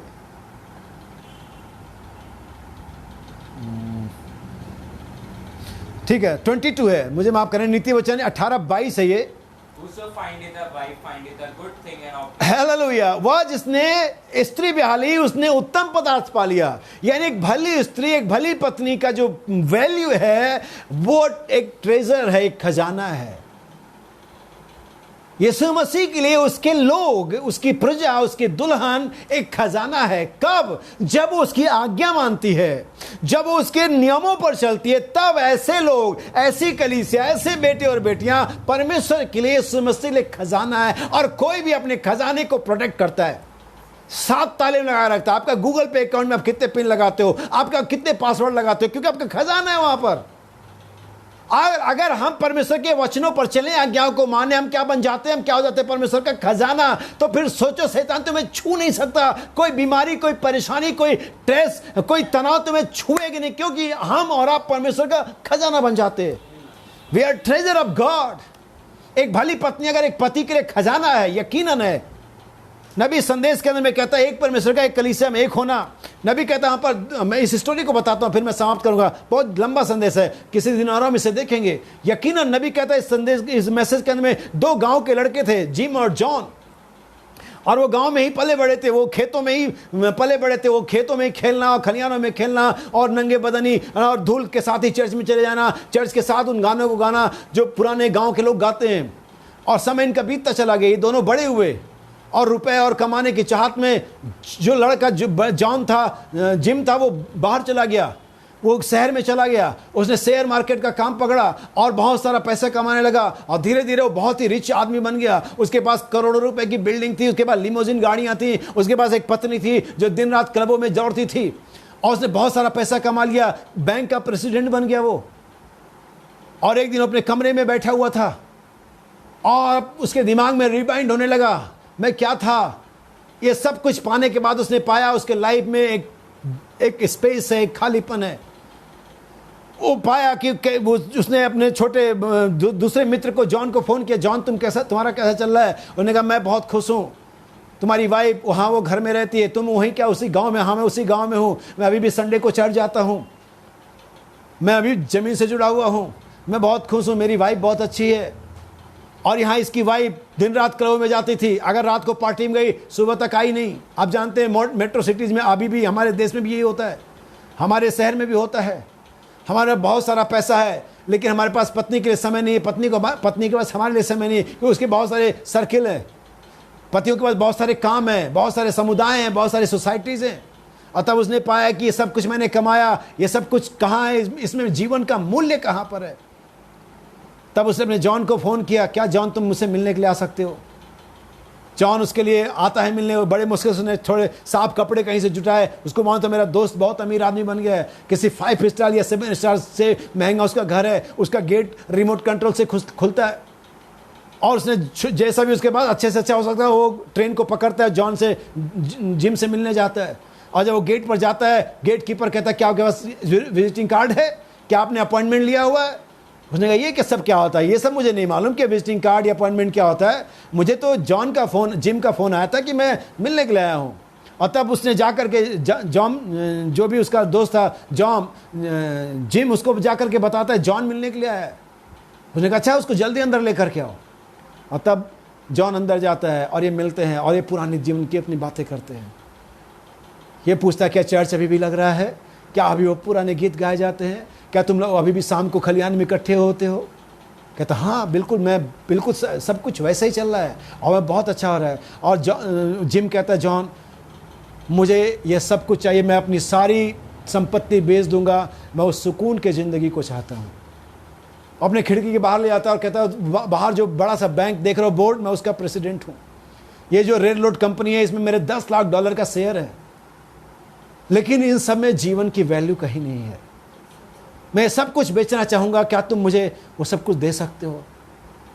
जॉन कहता है मेरे दोस्त हम वापस चले जाएंगे। इस कहानी में आगे क्या हुआ, लेकिन नबी बताता है आप ये सब कुछ प्राप्त कर सकते हैं जो दुनिया प्राप्त कर सकती है। यीशु मसीह ने कहा, मुझे इस बात को कोट करने दीजिए, यीशु ने कहा मनुष्य सारे जगत को प्राप्त करे अपने प्राण की हानि उठा से क्या लाभ। तो मैं अगर सिंपली वे में समझाऊँ तो मनुष्य सारे जगत को प्राप्त करे और अपने प्राण की हानि उठाए, इसका मतलब है जगत प्राप्त किया जा सकता है। आप जगत में हर एक फैसिलिटी प्राप्त कर सकते हैं, अपनी चोरी से, अपनी बेईमानी से, अपनी मेहनत से, अपनी चालाकी से, अपनी टैलेंट से प्राप्त कर सकते हैं। आप बहुतों ने प्राप्त किया इसे। आज धीरू भाई अंबानी को अगर हम देखें, उनके बच्चों ने सब कुछ प्राप्त किया। जिस बैंक से धीरू भाई अंबानी को लोन नहीं मिला, उस बैंक को उनके बच्चों ने खरीद लिया। लेकिन क्या इससे जिंदगी बच सकती है?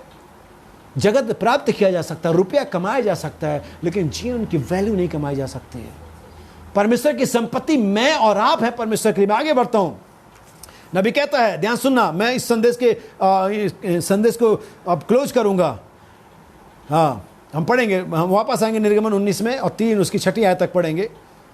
अब हमने 4थी और 5वीं आयत पढ़ लिया, 6ठी आयत पर फोकस करेंगे, जहां पर मैं अपना विषय के शीर्षक को या प्रेरणा को ले सकूंगा। 6ठी आयत, निर्गमन 19। You shall be unto me a kingdom of priests और तुम मेरे लिए याजकों का राज्य होगे and a holy nation. और पवित्र प्रजा होगे। These are the words which thou shalt speak unto the children of Israel. और परमेश्वर ने मूसा से कहा, जाकर के उनको लोगों से बोल दे कि मैंने मिस्र में क्या क्या किया, तुम्हें कैसे निकाल करके लाया। तुम्हें मेरी विधियों, मेरी आवाज को सुनना होगा, तुम्हें मेरे आज्ञाओं को मानना होगा, तब तुम मेरी निज धन संपत्ति ठहरोगे। और मैंने बताया, हर एक हस्बैंड के लिए उसकी पत्नी एक संपत्ति होती है, एक गहना होती है। हर एक बाइबल में मैंने रेफरेंस आपको दिए। और तुम मेरे लिए पवित्र याजकों का एक राज्य होगे और पवित्र प्रजा होगे। दूसरे शब्दों में अगर मैं इसे नए नियम में लेकर के जाऊं, पतरस इसे इस प्रकार से कहता है, 1 Peter chapter 2 verse 9, revelation chapter 1 verse 5, पहला पतरस 2 अध्याय उसकी 9वीं आयत से पढ़िए। इसी बात को परमेश्वर के इस प्रेरित ने, मसीह के यीशु के प्रेरित ने नए नियम में इसे कैसे हाईलाइट किया, इसे सुनिए। Chapter 2 verse 9.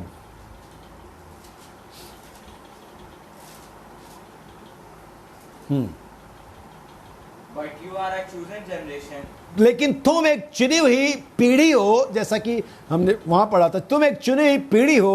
a royal priesthood, और वहां पर रॉयल प्रीस्ट, वहां पर किंगडम ऑफ प्रीस्ट था, वहां पर याजकों का राज्य था, लेकिन यहां पर प्रीस्टहुड है, यानी कि पद्धति। एक जैसे ब्रदरहुड होता है, मदरहुड होता है, वैसे ही यहाँ पर प्रीस्टहुड है, यानी कि एक पद्धति, एक सिलसिला जो चलता रहता है। सुनिए, and holy nation, और पवित्र प्रजा, जैसा कि वहां पर निर्गमन में भी कहा गया था। हाँ a peculiar people, हाँ, that you should choose for देखिए अब यहाँ पर हमने पुराने नियम से पढ़ा, निर्गमन 19:6, हमने नए नियम से पहला पत्र 2:9 पढ़ा। एक और गवाही को लेंगे, रेवलेशन चैप्टर 1 वर्स 5, ताकि हम इसे अच्छी तरह से समझ सकें। from Jesus Christ, who is the faithful witness and the first begotten of the dead, हाँ। and the prince of the kings of earth, unto him that loved us and washed us from sins, और हमें कहा, फिर से पढ़ें verse 6, and hath made us king and priest unto God. और हमें परमेश्वर के लिए राजा और याजक बनाया। क्या बनाया? हमें राजा और याजक। किसके लिए? कलीसियाओं के लिए नहीं, परमेश्वर के लिए। किसने? यीशु मसीह ने, परमेश्वर के प्रेम ने हमें परमेश्वर के लिए राजा। और यहां पर 2 वर्ग को समझ लेना जरूरी है, राजा का वर्ग और प्रीस्ट का वर्ग। हमें राजा और याजक बनाया है।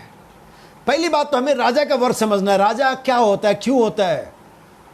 अगर आप देखेंगे, अगर एक नेगेटिव वे में समझाऊं मैं आपको, जब परमेश्वर के लोगों ने सैमुअल नबी से अपने लिए राजा का डिमांड किया, जैसे अन्य जातियों का राजा होता, हमारे पास भी राजा होना चाहिए।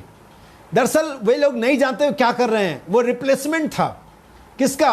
परमेश्वर जो उनका राजा था, उससे बदल करके एक मनुष्य राजा चाहते थे। और ये किसके तर्ज पर था? ये किसके उस पर था? नमूने पर। ये अन्य जातियों के नमूने पर था।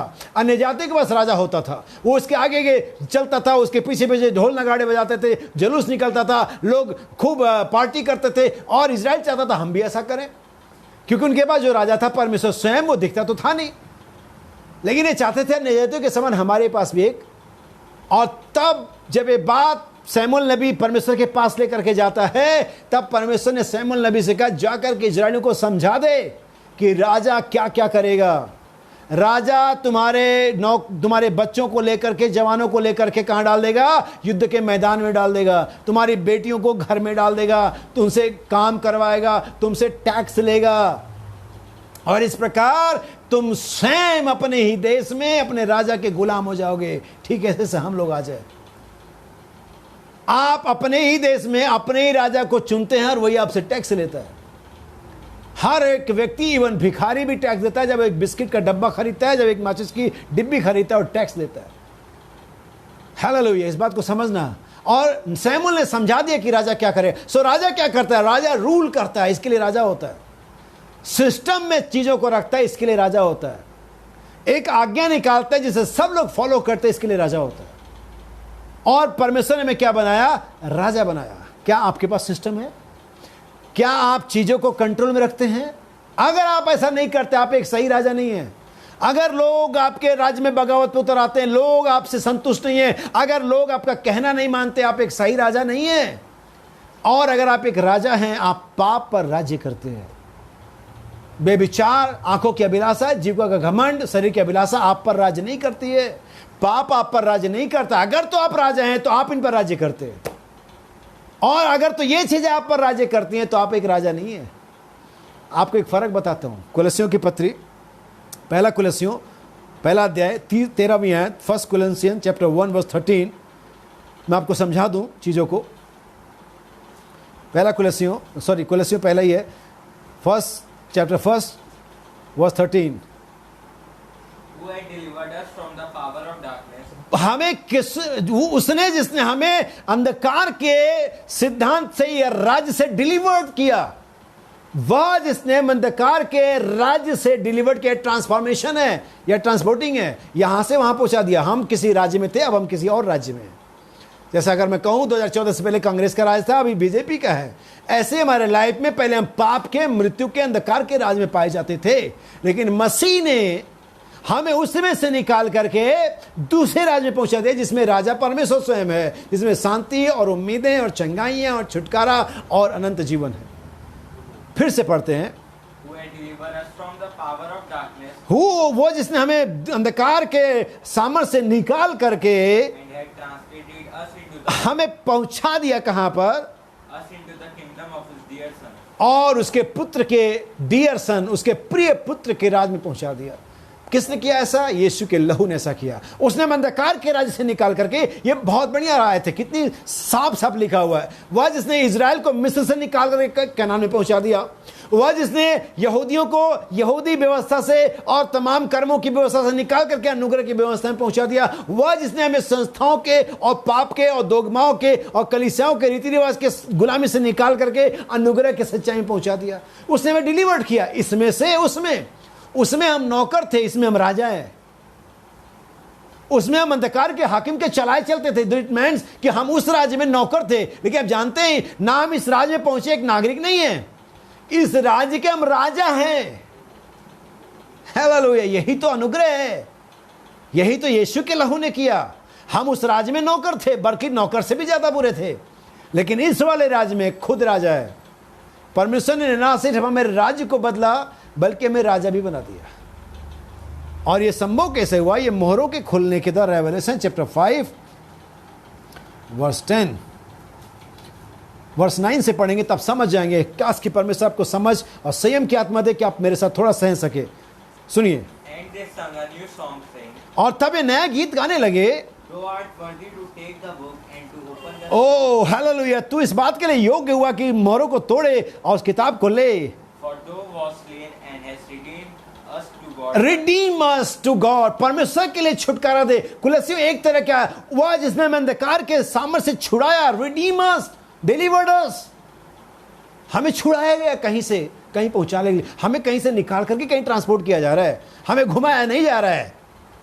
घुमाया नहीं रहा, परमेश्वर घुमाता नहीं है कि तुम्हें संस्था से निकाल लिया लेकिन तुम्हें पवित्र आत्मा नहीं दे पाया, तुम्हें मिस्र से निकाल लिया लेकिन कनान नहीं पहुंचाए। ये तो तुम खुद घूम रहे हो। इजराइल को परमेश्वर घुमा नहीं रहता, इजराइल अपने गुनाहों के वजह से खुद घूम रहा था। आज अगर मैं और आप घूम रहे हैं, अपनी गलतियों, अपनी लापरवाहियों की वजह से घूम रहे हैं। हालेलुया। आज लड़के लड़कियां पाप में जी रहे हैं, आज माँ बाप उनको देख नहीं रहे हैं, आज माँ बाप खुद पाप में जी रहे हैं। बच्चे कहते हैं पापा तो पीते हैं, लेकिन क्या करें, हम कैसे बताएं, बच्चे खुद गंदगी में जी रहे हैं। बच्चे, लड़कियां जीन्स पहन रही हैं, लड़के बालों को कटा रहे हैं, लड़के हर एक तरह की गंदगी कर रहे हैं। लाता कौन है? पैसा कौन देता है?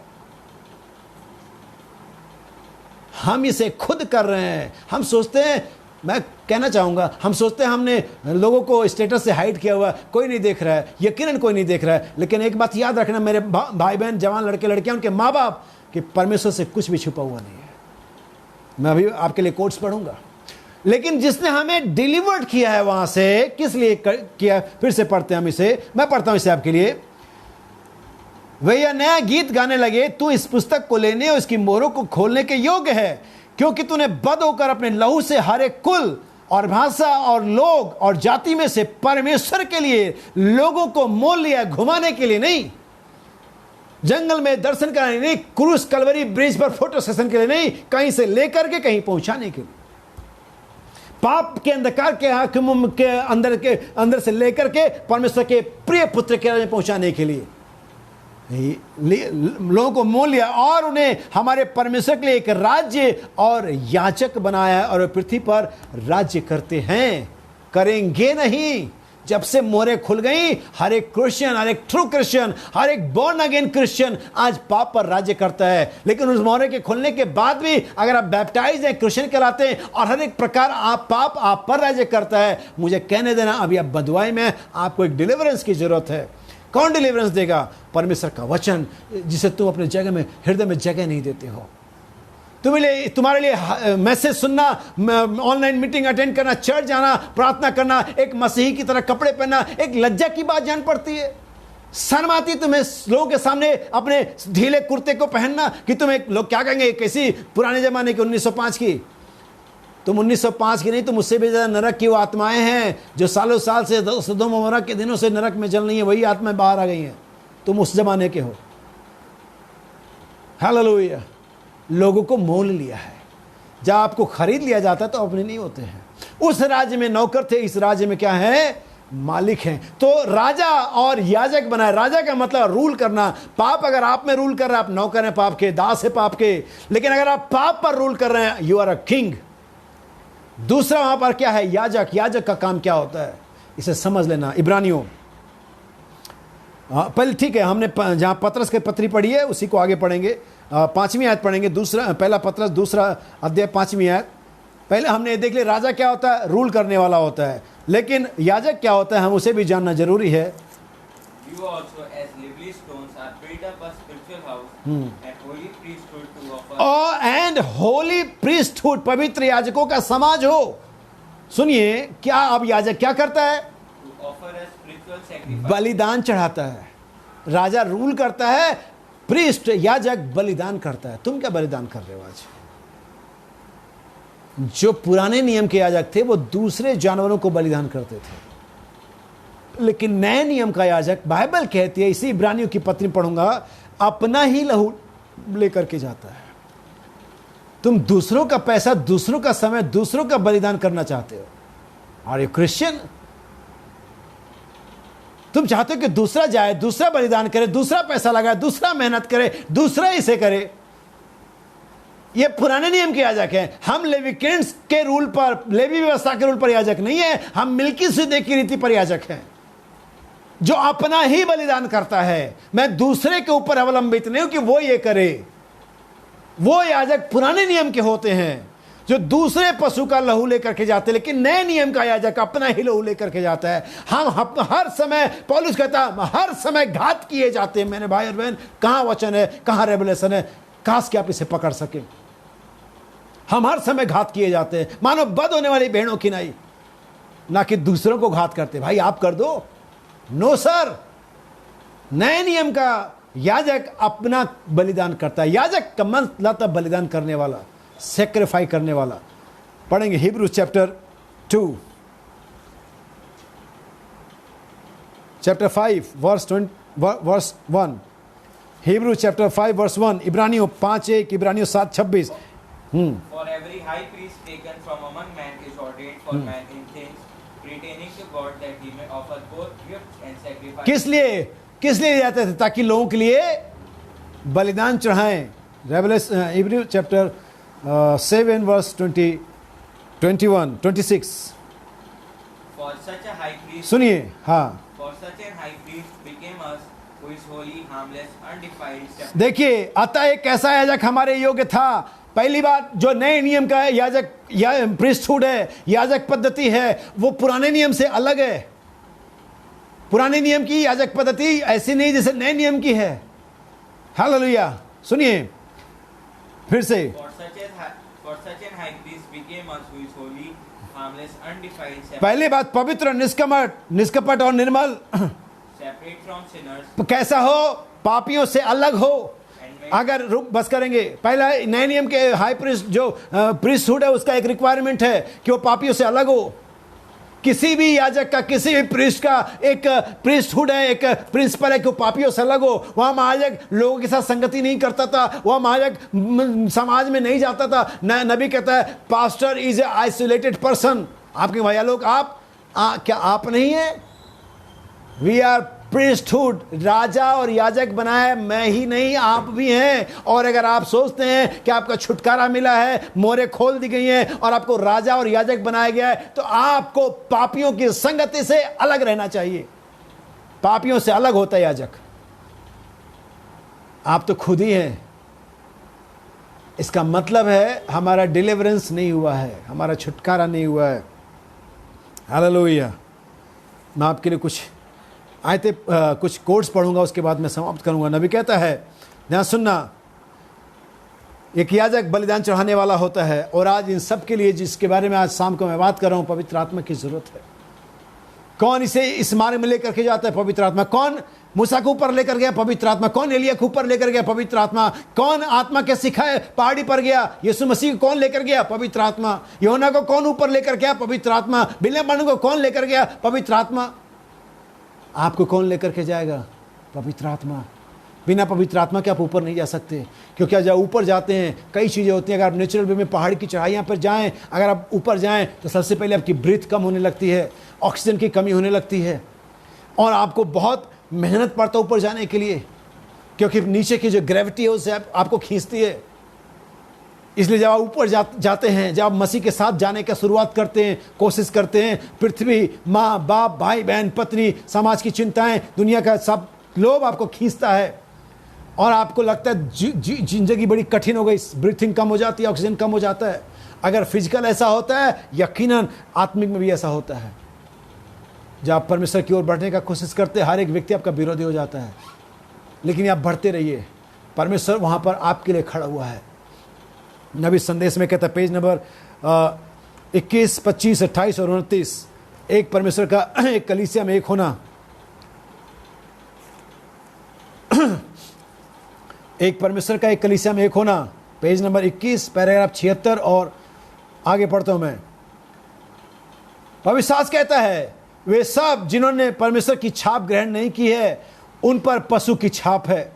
धरती पर सिर्फ दो किस्म के लोग हैं, एक तो वे जिन पर परमेश्वर की छाप है, और दूसरे वे जिन पर पशु की छाप है।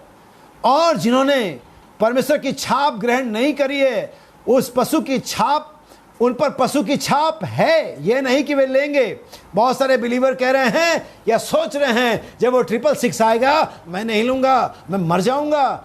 मेरे निर्बुद्धि भाइयों और बहनों, वो अभी आप पर है, वो अभी आपके प्राण पर है। अगर आपने पवित्र आत्मा नहीं पाया है, वो उस पशु का छाप अभी आपके प्राण पर है, और उस ग्रेट ट्रिब्यूलेशन पे आपके माथे और आपके दाहिने हाथ पर होगा। अगर आपके पास पवित्र आत्मा नहीं है, अभी वो छाप है, और आप शैतान के अंधकार के राज्य के अंदर पाए जाते हैं, और अभी आप शैतान की संपत्ति हैं। लेकिन जब आपके एक बार छुटकारा हो जाता है, जब आपके पवित्र आत्मा की छाप लग जाती है, परमेश्वर आप पर अपना प्रोडक्ट का दावा करता है, ये मेरे लोग हैं। कब? जब उसकी छाप आप पर लग जाती है। बिना आपकी उसकी छाप लगे वो आपके लिए दावा नहीं करता है। जब छाप लगाता है, कहता है ये मेरे लोग हैं। जब हर एक अलंगों पर, द्वार के अलंगों पर लहू की छाप लगे मिस्र में, ये मेरे लोग हैं। फिरौन मेरे लोग को जाने दे, शैतान मेरे लोग को जाने दे, संस्था, कलीसिया, पाप और बीमारी मेरे लोग को जाने दे। दी माई पीपल। परमेश्वर अपनों को पहचानता है by the mark of the Holi ghost. पवित्र आत्मा के द्वारा परमेश्वर अपने लोगों के चिन्ह करता है, उन्हें पहचानता है। यहेजकेल 9 में वो दूत अपने कमर में दवात बांधे हुए अपने लोगों पर छाप कर रहा है। कौन? जो पाप के लिए, जो उनके शहर में और उनके देश में हो रहा है, रो रहे हैं। और आज ऐसे ऐसे बिलीवर हैं, ऐसे ऐसे क्रिश्चियन हैं जो अपने घर में पाप हो रहा है। उनके लड़के और लड़कियां, माँ और बाप, हस्बैंड और वाइफ पाप कर रहे हैं, झूठ बोल रहे हैं, अश्लील कपड़े पहन रहे हैं, लेकिन उनको मजा आ रहा है। क्या वे रो रहे हैं? नो सर, वे ऐसा कुछ भी नहीं कर रहे हैं। नबी एक बहुत बड़े प्रचारक ने, शायद चार्ल्स फिनी था या किसी ऐसे प्रचारक ने कहा, जो कलीसिया, जो मसीही खोए हुए के पीछे नहीं जाता, वो खुद खोया हुआ है। आपके बच्चे खोए हुए, आपका पति खोया हुआ है, आपके हस्बैंड खोए हुए, आपकी पत्नी खोए हुए, आप उनके लिए नहीं पीछे जा रहे हो। आप खुद नहीं प्रार्थना कर, आप खुद नहीं चर्च अटेंड कर रहे हो, आप खुद नहीं ऑनलाइन ज्वाइनर हो। आप कहते हो मेरे बच्चे कैसे बचेंगे? आप पहले तो खुद खोए हुए हो, क्योंकि जो व्यक्ति खोए हुए के पीछे नहीं जाता वो खुद खोया हुआ है। यीशु मसीह ने कहा, मनुष्य का पुत्र खोए हुओं को ढूंढने और उनका उद्धार करने आया। क्या आप जा रहे हो खोए हुए? आपको लगता है आपकी बेटी खोई हुई है? आप कहेंगे नहीं, मेरी बेटी चर्च जाती है, मेरी बेटी प्रार्थना करती है। जरा उसके पहरावे, जरा उसका बॉडी लैंग्वेज, जरा उसके स्टेटस, जरा उसके मसीही चाल ढाल तो देख लो। मेरा बेटा बचा हुआ? नहीं सर, मेरा बच्चा बचा हुआ है, मेरी बेटी बचे। मैं क्या जान, जब तक कि पवित्र आत्मा नहीं मिल जाए। भाई बहन हम रोते रहे, गाते रहे, चिल्लाते रहे, जब तक बिली पॉल को पवित्र आत्मा नहीं मिल गया। नबी का बेटा था, सिगरेट पीता था। आप कहते मेरा बेटा, मेरी बेटी। बहुत से लोग कहते हैं मुझे माफ करने कहने के लिए। आप कहेंगे भाई लोग क्या फिर से वैसे बातें कर रहे हैं? जरूरी है कहना, क्योंकि मैं आपसे मिल नहीं पा रहा हूं, शायद समय की वजह से, शायद आप डरे हुए कोरोना की वजह लेकर के आऊंगा, क्योंकि मैं हर जगह जा रहा हूं। आप मुझे क्या, आप मेरे घर आओ, अगर आप पॉजिटिव होंगे मैं आपके घर आऊंगा। मुझे डर नहीं लगता इससे, हो जाएगा तो हो जाएगा, बजाय इसके कि मैं अविश्वास में मरूं, मैं विश्वास में मरना पसंद करूंगा। बहुत से लोग कहते हैं कोई मेरे बच्चों को कह के तो दिखाए। कोई पागल हो गया क्या जो आपके बच्चों को कह के दिखाएगा? हम वचन प्रचार करते हैं और आप बिलीवर हैं, आपको इसे समझना चाहिए। धरती पर सिर्फ 2 किस्म के लोग हैं। एक तो वे जिन पर परमेश्वर की छाप है, दूसरे वे जिन पर पशु की छाप है। और जिन्होंने परमेश्वर की छाप ग्रहण नहीं करी है, उन पर पशु की छाप है। यही है जो पवित्र वचन कहता है। पेज नंबर 25, ध्यान से सुनना मेरे भाई और बहन, पेज नंबर 25, पैराग्राफ 95। यही है जिसे खुदा आपको भर देना चाहता है। वो आपको पवित्र आत्मा से भर देना चाहता है। इसके बाद ही आपस में आप एक होंगे। किसके साथ एक होंगे? एक कलीसिया के साथ नहीं। जी नहीं श्रीमान। किसके साथ एक होंगे? किसी के साथ एक होंगे। क्या किसी मस्जिदान के साथ? जी नहीं श्रीमान। आप परमेश्वर के साथ एक होंगे। हालेलुया। और जो परमेश्वर के साथ एक होगा, उस हर व्यक्ति के साथ एक होगा जो परमेश्वर के साथ एक है। एक प्रचारक बता रहा था, मैं उस प्रचारक पर यकीन नहीं करता कि परमेश्वर का सेवक है। वो कह रहा था, अगर किसी प्रचारक ने अपने दिमाग को भाई ब्रनम के साथ जोड़ दिया और मैंने मेरे दिमाग को उस भाई प्रचारक के साथ जोड़ दिया जिसने भाई ब्रनम के साथ जोड़ा है, और आपने अपना दिमाग मेरे साथ जोड़ दिया, तो हमारे पास एक दिमाग हो जाता है। ये सिद्धांत बिल्कुल सिरे से गलत है। हमें किसी ऐसे प्रचारक के साथ दिमाग नहीं जोड़ना है जिन्हें नबी के साथ दिमाग जोड़ा है। हमें सीधे परमेश्वर के साथ, मसीह के साथ दिमाग जोड़ना है। और तब हम सबके पास एक ही मन है। हम सबको बाइबल कहती है एक ही आत्मा पिलाया गया है। मुझे किसी ऐसे व्यक्ति के साथ पीना नहीं है जिससे जो मन नबी से पीता है। मुझे सीधे उस झरने से, उस सोते से पीना है जो मसीह स्वयं है। मुझे माइंड ऑफ क्राइस्ट से एक होना है। यहां पर एक टावर है, हमें इसी से एक होना चाहिए। आप कहीं से भी जाएं, ऐसा नहीं कि मैं यहां से एक होऊंगा, आप यहां से होंगे, यहां सब एक होंगे। हम सब वहां पर एक होते हैं। पिरामिड नीचे से ऊपर की ओर बढ़ता है। ध्यान से सुनना, सिद्धांत है जिन्हें जानना और समझना जरूरी है। काश की परमेश्वर में समय दे, अनुग्रह दे कि हम एक साथ जमा हो सके। आप परमेश्वर के साथ एक होंगे और आप और वह एक होंगे जैसा वह और पिता एक हैं। और परमेश्वर का पवित्र आत्मा आपके अंदर होगा। और ठीक वे काम जो पवित्र आत्मा ने तब किए जब वो यहाँ मसीह यीशु में था, वह आप में होकर के करेगा, क्योंकि उसने ऐसा कहा है, वह ऐसा ही करेगा। उसके बाद ही आप एक होते हैं। यीशु ने पैराग्राफ 98, नबी कहता आज बहुत तेरे ऐसे लोग हैं जो यूं कहते हैं आज पवित्र आत्मा हकीकत में नहीं है। ओ पहले ऐसी बात नहीं रही, अब वैसा बात नहीं है। नबी कहता है ऐसा नहीं है। नबी कहता है जबकि उनमें से हजारों हजार और लाखों लोग कह रहे हैं कि ऐसा नहीं है, फिर भी अनेकों अनेक ऐसे हैं जो इसकी उसकी आशीषों का आनंद ले रहे हैं। इसी कलीसिया में, हो सकता है हमारी कलीसिया में 90% ऐसे लोग हों जिन्हें पवित्र आत्मा ना पाए हो, जो कहते हैं वैसी कोई बात नहीं है, पहले सी बात ना रही, हो सकता है ऐसे हो। लेकिन इसी कलीसिया में ऐसे भी लोग हैं जो इसकी आशीषों का आनंद ले रहे हैं, उनमें से मैं एक हूं। हालेलुया, आमीन।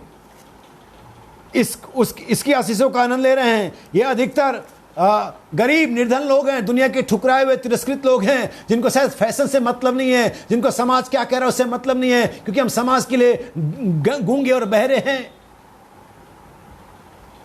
और अगर आप परमेश्वर समाज के लिए जागरूक हैं तो मुझे कहने देना, आप परमेश्वर के लिए गूंगे और बहरे हैं।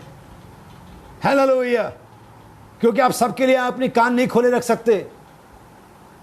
वे लोग हैं जो कलीसियाओं में से बाहर निकाल दिए गए हैं क्योंकि उन्होंने खुदा होने का विश्वास किया है, परंतु वे उसके आत्मा से परिपूर्ण हो गए हैं। वे अपने मकसद में एक हैं, वे एक मन है। ये लोग कौन है? Methodist, Baptist, Catholic, Presbyterian, Catholic, Jehovah witness, orthodox, यहूदी, वे सब मिल गए हैं, वे एक बन गए हैं। वे कहीं से भी आए हों, वे किसी मतसार या पंथ के लिए एक नहीं बने हैं, वे किसी नामधारी कलीसिया के लिए एक नहीं बने हैं। यह तो दिमागी और बौद्धिक विचारधारा के द्वारा जरिए शैतान के कार्यों का एक हो जाना है।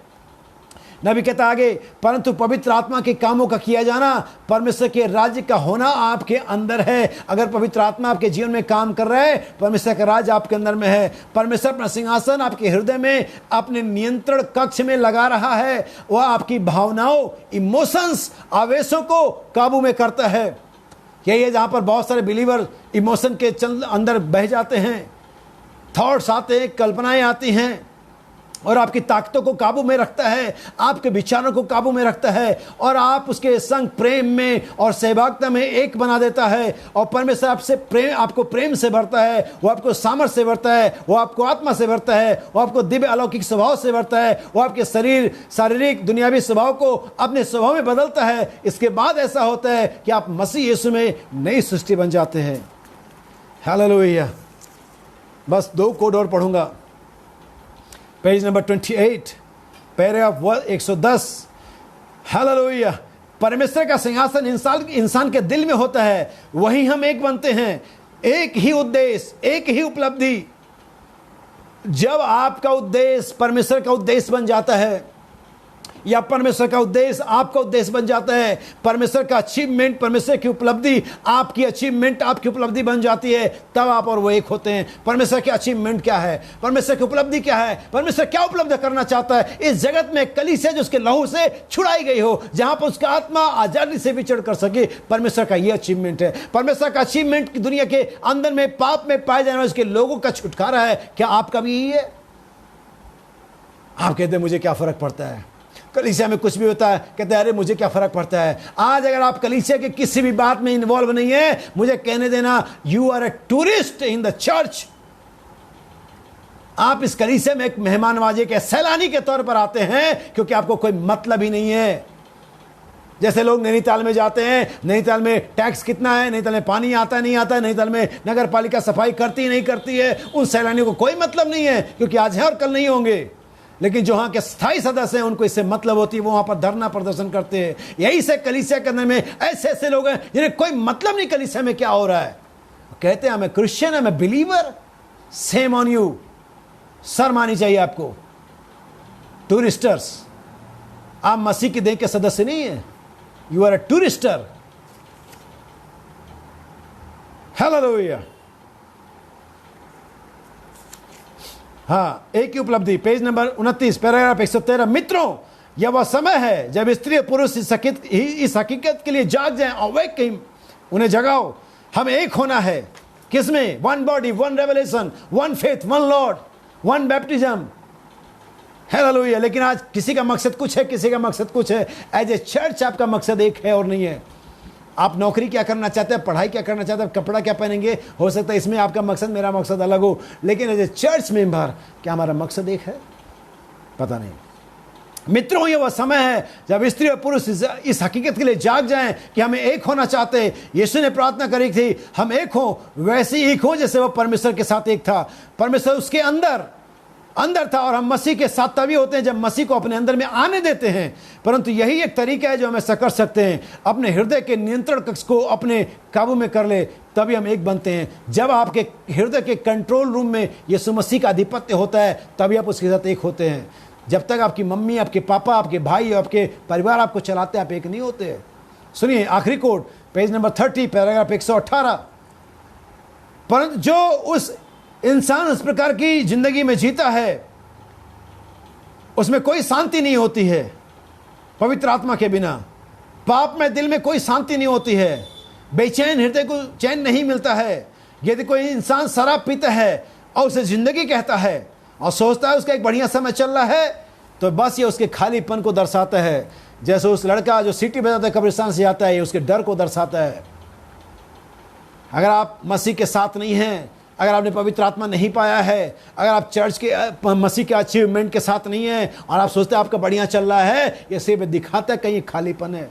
लेकिन मेरे भाई और बहन, आज शाम को मैं आपसे कहना चाहता हूँ, परमेश्वर ने आपको लिए छुटकारा दिया है कि आप घूमते रहें, आप क्रूस रूपी ब्रिज पर फोटो खिंचवाते रहें, लेकिन इसलिए निकाला है ताकि आपको उस राज में प्रवेश करे जिसके लिए आपको अंधकार के राज्य से निकाला गया है, मृत्यु और पाप के राज से निकाला है। मेरे भाई और बहन, लिसन केयरफुली, जाग जाओ और सोचो क्या आपने पवित्र आत्मा पाया, क्या आप राज्य के अंदर में हो, क्या आप परमेश्वर के पुत्र यीशु मसीह के लहू से धुले गए हो, क्या आपके हृदय के कंट्रोल रूम में आपकी जो लगाम है, आपकी जो चाबुक है, क्या यीशु मसीह के हाथ में है? अगर ऐसा तो है, आप परमेश्वर के राज के अंदर में हैं। लेकिन अगर ऐसा नहीं है तो मैं आपसे रिक्वेस्ट करता हूँ, घुटने पर जाइए, प्रार्थना में जाइए, प्रभु से कहिए मैं प्रभु आपके राज के अंदर में होना चाहता हूँ। यीशु मसीह ठीक आपके बगल में है, ठीक आपके सामने है, जहाँ 2 या 3 जमा हो। अगर तुम मुझे मांगोगे मैं तुम्हें दूंगा। मेरी प्रार्थना है कि परमेश्वर आप सभी को इस संदेश के द्वारा आशीष दे, समझ दे और यीशु मसीह में जागृत होने का एक मौका दे। प्रभु आप सभी को आशीष दे। God bless you.